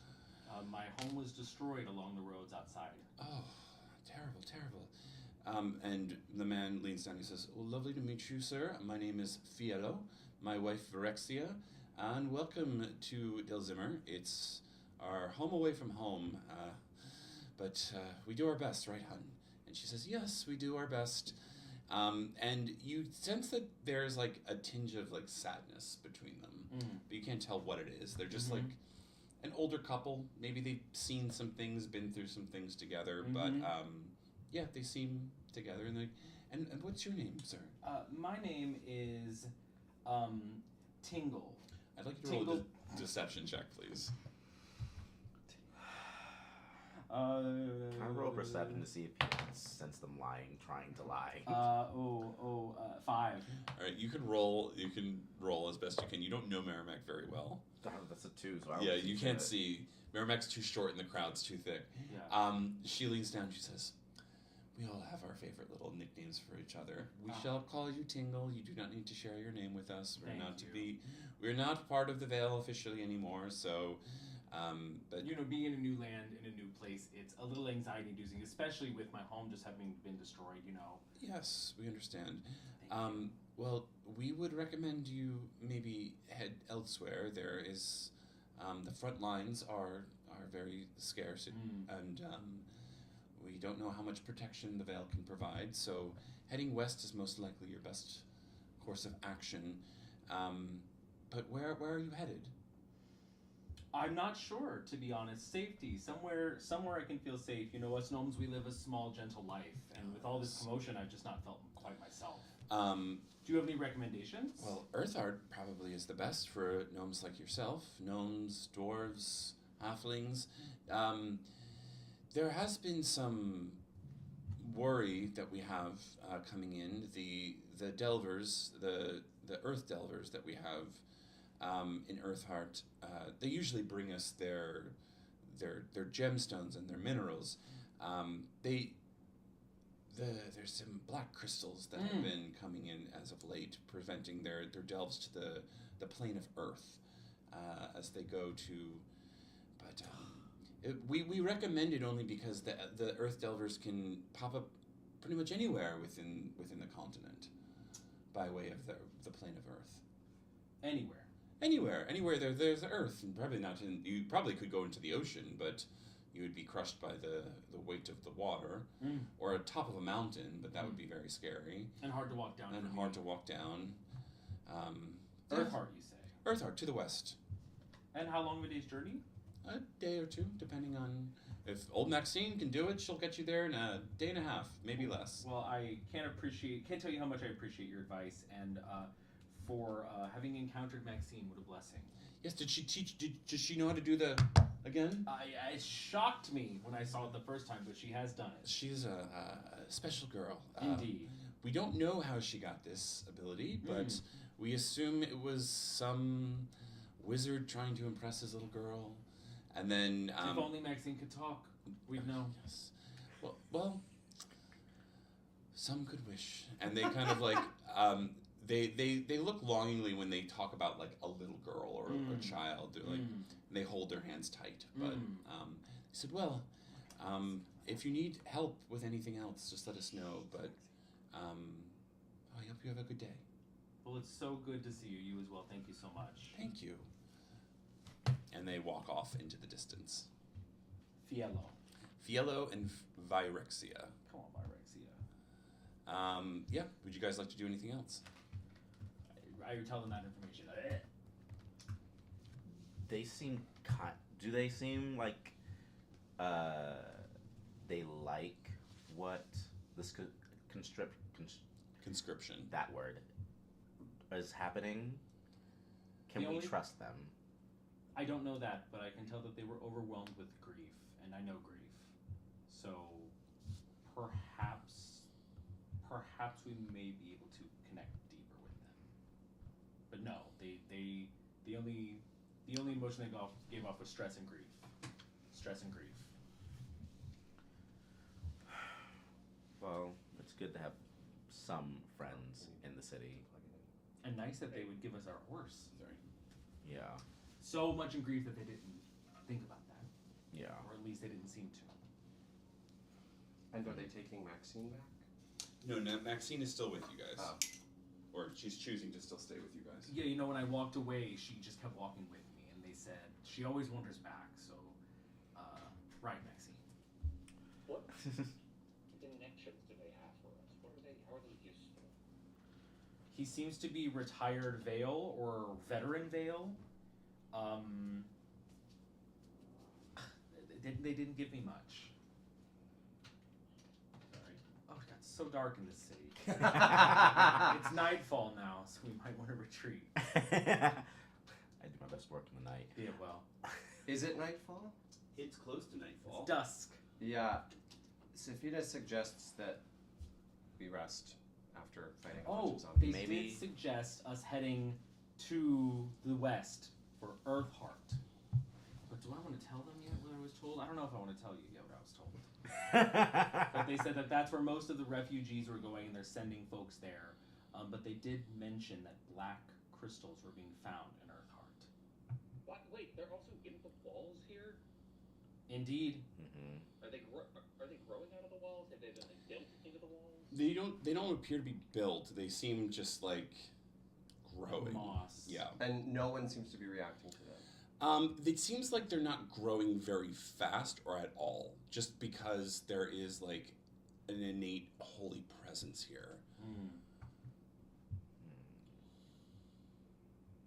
I'm curious about when they came in and why no one seems to be. I'd say make a history or investigation check. Do history.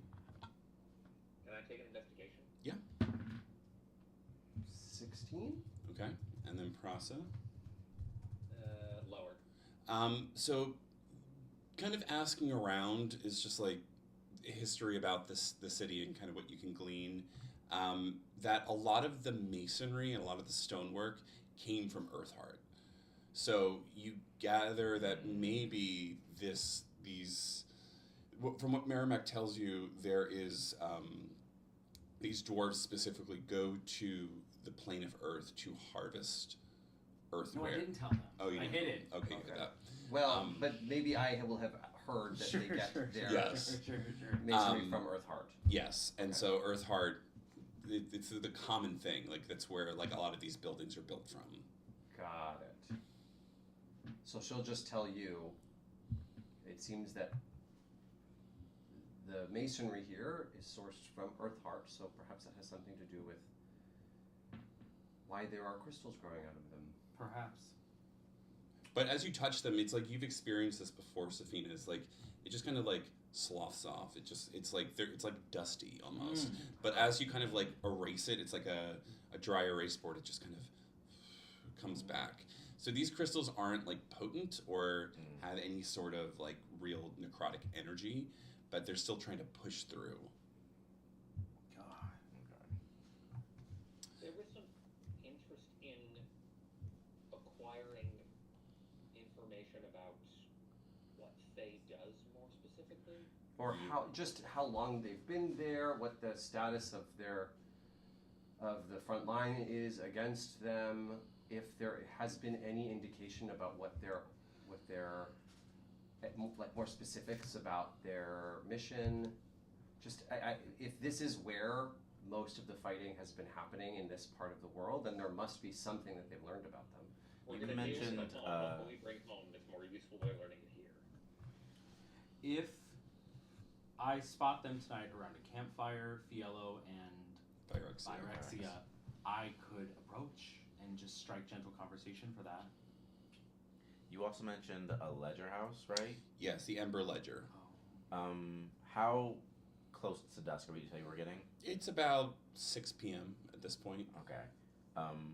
You should definitely look out for them again. Yeah. I want to sneak into the ledger house and see what I can find. Oh, are you trying to go? The Ember Ledger is kind of just like a trade house. Okay. It's like it can serve as both like an inn and kind of like a trading hub. Okay. But there's also the Radiant Bastion, which is where the Radiant Veil is set up. Okay, then that's probably where I'm gonna go, and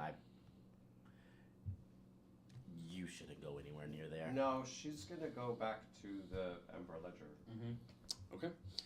So we'll start with you, Zamir. I'm assuming you're gonna be a little sneaky. We're being very sneaky. All right, roll me a stealth check with advantage because you do have that in spades.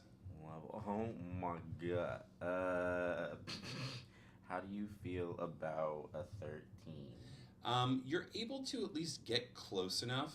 You see, you're not spotted, but you know that it's pretty heavily guarded. You're gonna have to spend a few hours kind of staking out to see a good chance to bolt inside. But anything you may miss connections with the rest of your friends. So I'll go ahead and like stake out for a couple of hours, and like I'm gonna go off into the shadows, maybe like perch up in a tree, and if I see a moment to maybe use like thaumaturgy or minor image to create some type of distraction to get myself in there quickly. yeah, it takes a bit, but you're able to get inside, no problem. Kind of making a shout noise to lure some guards away, And inside, you do hear a meeting occurring. It's maybe not like the official generals or anything like that, but you do see an older halfling man.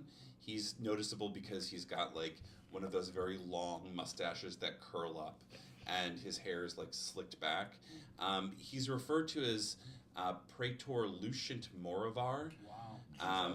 And he's kind of it's interesting because as a halfling he's much shorter than everyone there, but everyone's giving him some level of reverence because he seems to be a general of some sort or some sort of higher official person.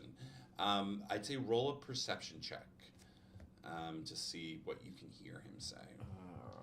Perception.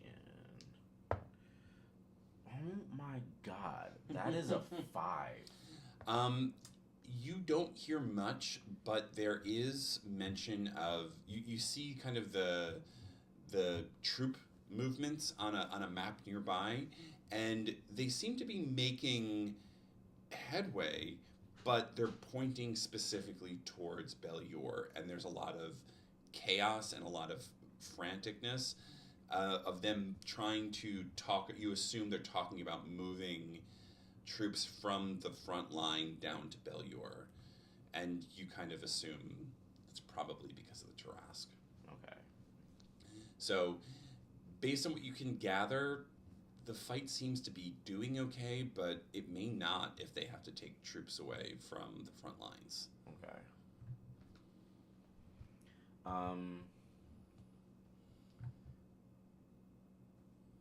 Once I gathered that information, is there any like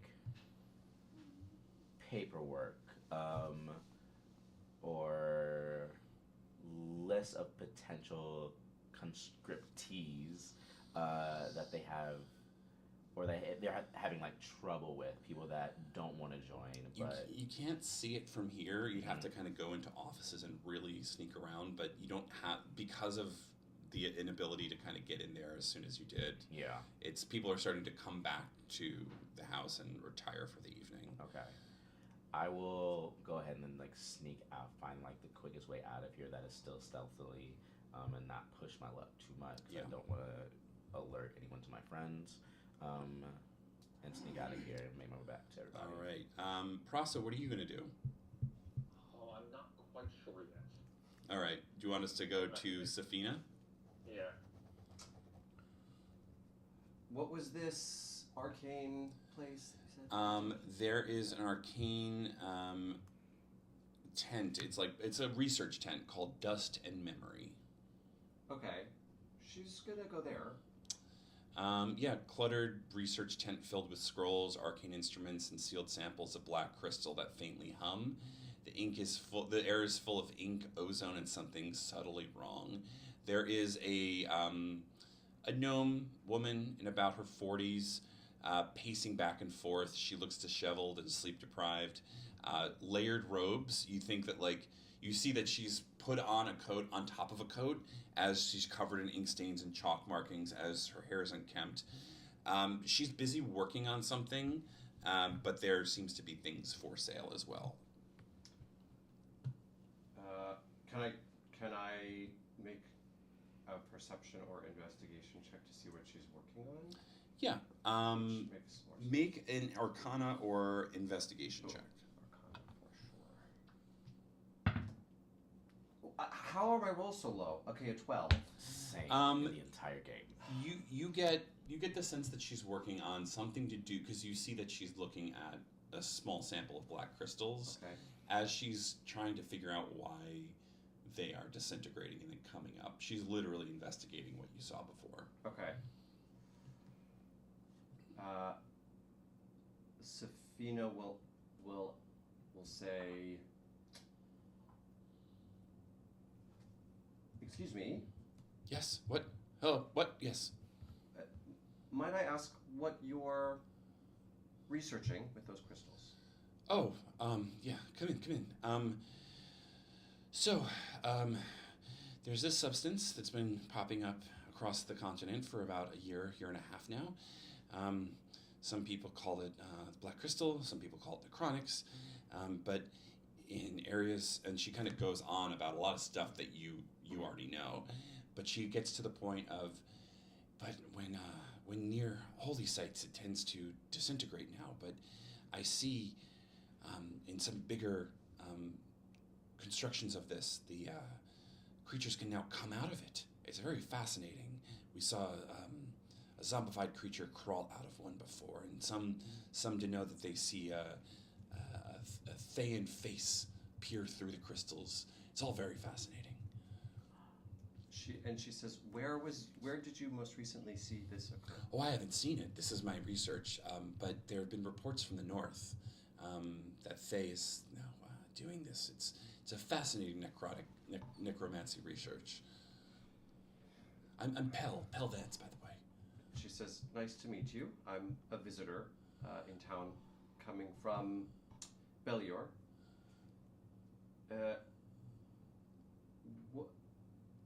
Do you by any chance, are you by any chance familiar with something known as Viviker? Could you describe it? And she says it's a blue liquid. I've heard talk. I've never experienced it myself. And Sophina says, never mind. I should clarify. I have also done some research on these necronics, and this is the first that I've heard of anything coming through them. Oh, this is relatively new. This, some say that some crazed mage on the Sword Coast caused this. There's rumors of teleportation across the Sword Coast, and you know, countrymen just kind of losing their minds. And but yes, it's only been about a week or so since we see these creatures crawling out of larger crystals. It's very fascinating. Have the crystals changed at all? Some have gotten bigger. Mostly the Earth Heart ones have blocked the path to the plane of Earth. The Earth Heart ones? Yes, Earth Heart to the west. There's a rift to the plane of Earth that they typically use to traverse the most verdant mines possible to bring them back to our location. And they have brought the crystals themselves? They didn't mean to. It is part of the plane of Earth now. You know, the elemental planes: fire, earth, air, and water. Yes. The earthen one is covered in has been growing black crystals, and they seem to be poking out into this plane of existence now. And the folks in Earth Heart are not at all concerned about this development? Oh, they're very concerned, but they still have quotas to reach, so they do their runs very quickly. And you said there's a rift there? Yes, typically the dwarves cause the rift, go through, and pop out anywhere else in the continent that they'd like. Huh. Okay. That's interesting. On another note, might I take a look at your wares? Yes, please, come in. And so she has a few things. Where are we? I gotta get to her. So she has a potion of healing and a greater potion of healing. She has a bunch of regular stuff like component pouches, ink, spell books, and stuff like that. She does have a level 2 and level 3 spell scroll for sale as well. Okay. What are those? And how much are they? I like to do you get to choose. Oh, sure. Yeah, so the second level spell is going to be 150 gold, and the third is going to be 300 gold. Okay. I'll buy a second level spell scroll. So you get to decide on which spell you can pick as a Okay, great. as a wizard. She also has an immovable rod. Oh my god, this fucking immovable rod keeps showing up. She'll pass on that. Okay. That's what I want. Okay, then she'll ask, how frequently or what do you know about this rift? Or is there anything to know about this rift? I haven't seen it myself. The dwarves typically keep it very secure. It's only the Earthheart Delvers can access it. It's unstable, obviously, and many lives have been lost to it, so they only let the most skilled individuals through the plane. But I'm sure you can go through if you ask nicely or have a lot of money. She says, well, certainly not the latter, but I am somewhat of a researcher like yourself, and I'm curious about... What is your field? And she just explains that she's an arcane researcher and has spent much of her life studying. And she kind of looks you up and down. General research, right? Okay. Damn. And she'll say, I have a specialization in certain combat techniques and a focus on abjuration magic, if you are so curious. That sounds so quaint. I will be getting back to my research if you have anything else. She says, you've been very helpful, thank you. You're welcome. Prasa, what would you like to do? I'd like to go to the ledger is a trading post of some kind. Yeah. I'm gonna go there and see if I can find some almost magical grade soap. Magical grade what? Soap. We've got Soap. someone in our party who's covered in highly effective spores. So yeah, it's the cramped, shadowy trade house stocked with maps, ledgers, and whispered deals where information is just another commodity. Conversations are quiet, quick, always feel like they're being measured for value. This is kind of like, it's a little bit of a tavern, but more of like a meeting hall.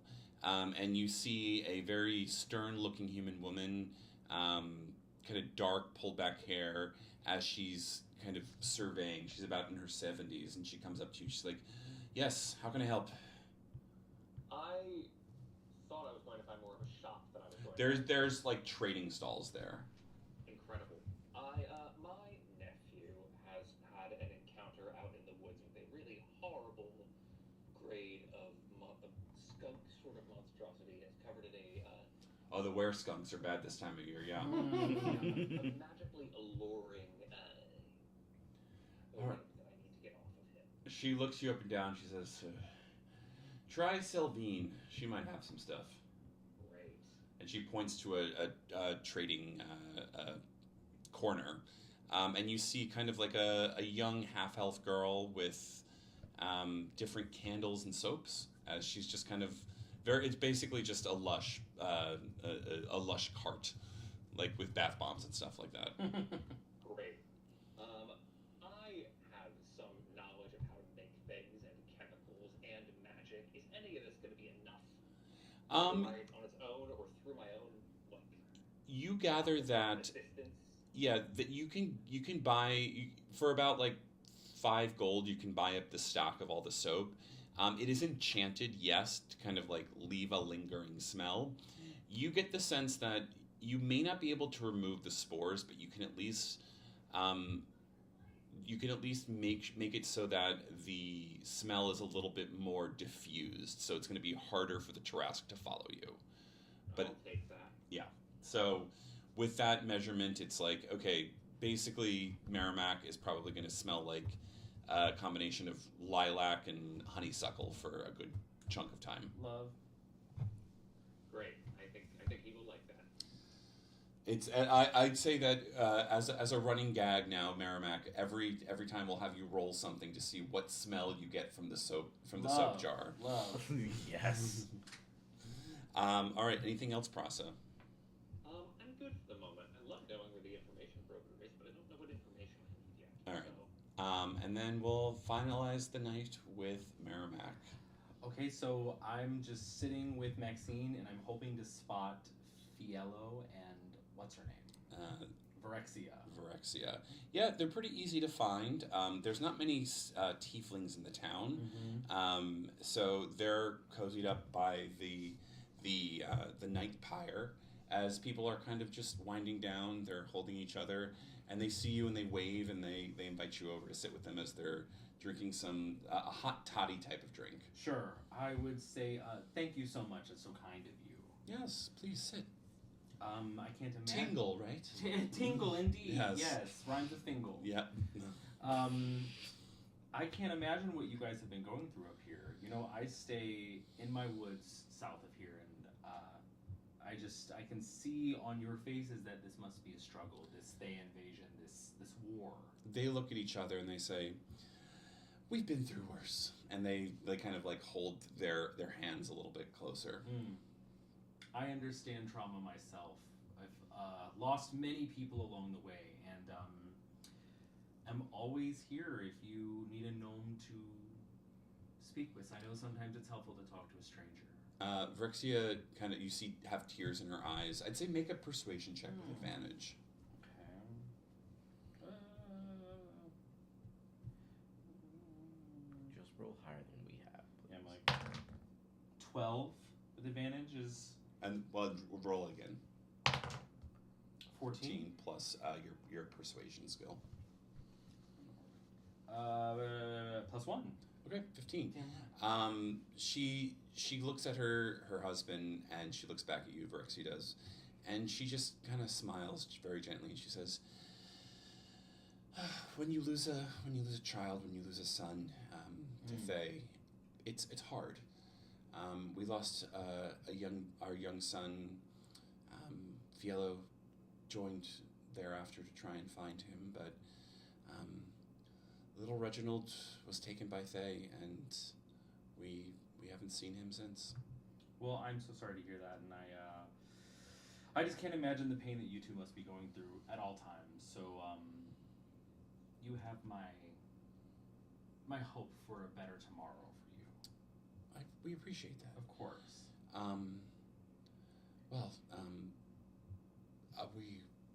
We will pray for you tonight.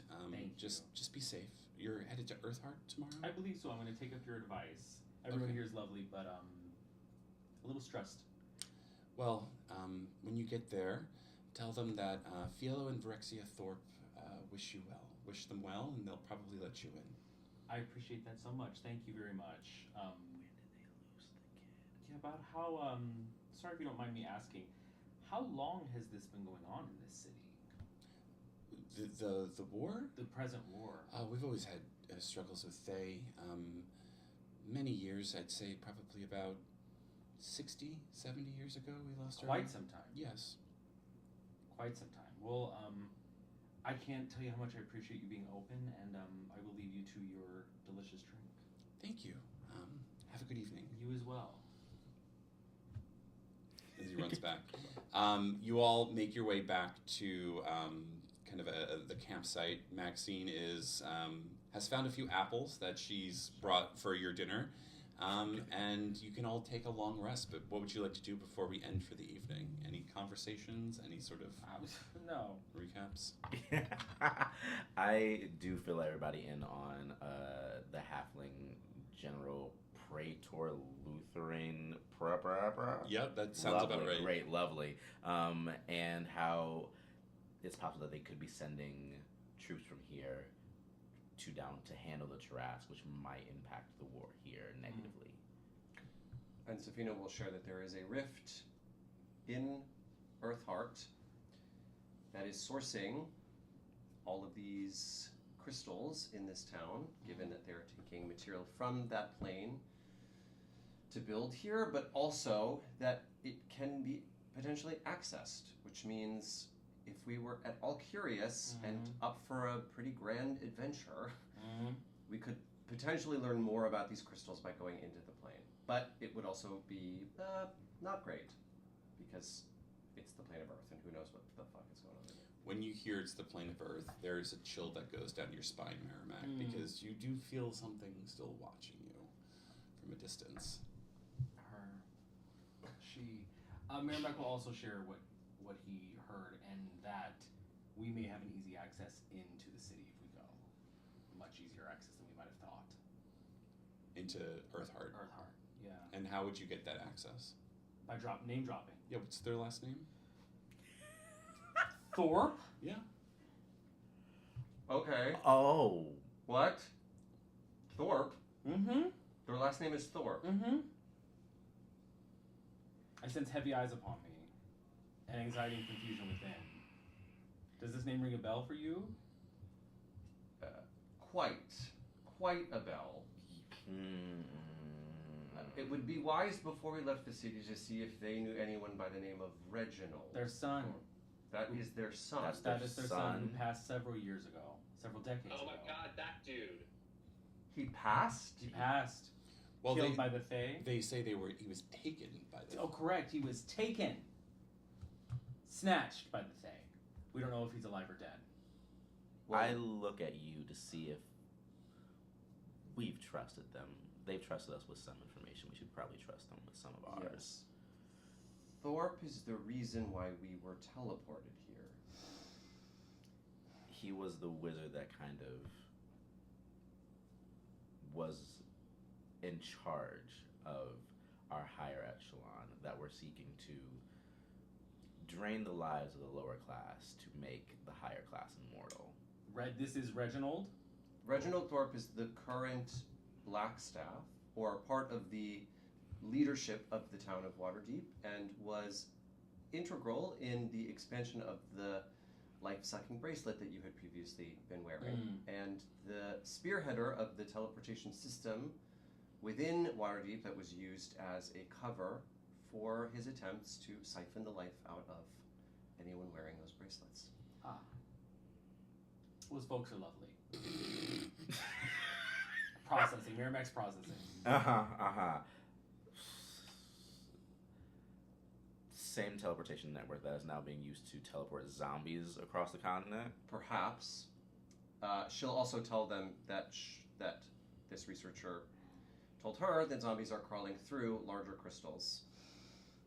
Which you all did experience earlier today. Yes. Right. Which is, yes, what we witnessed.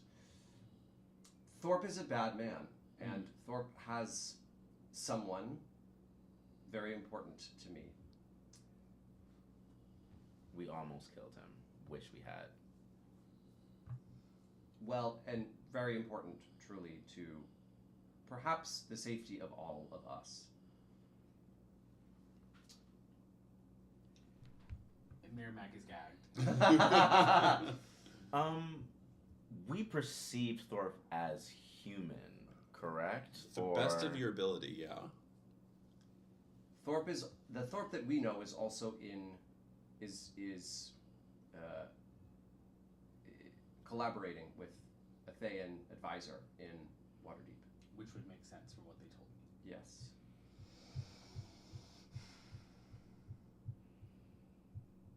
Well, we'll leave it there. We love, people are figuring things out. We'll get to that at another time. But thank you all for joining us this evening. This was episode 5, The Escape from Beluir.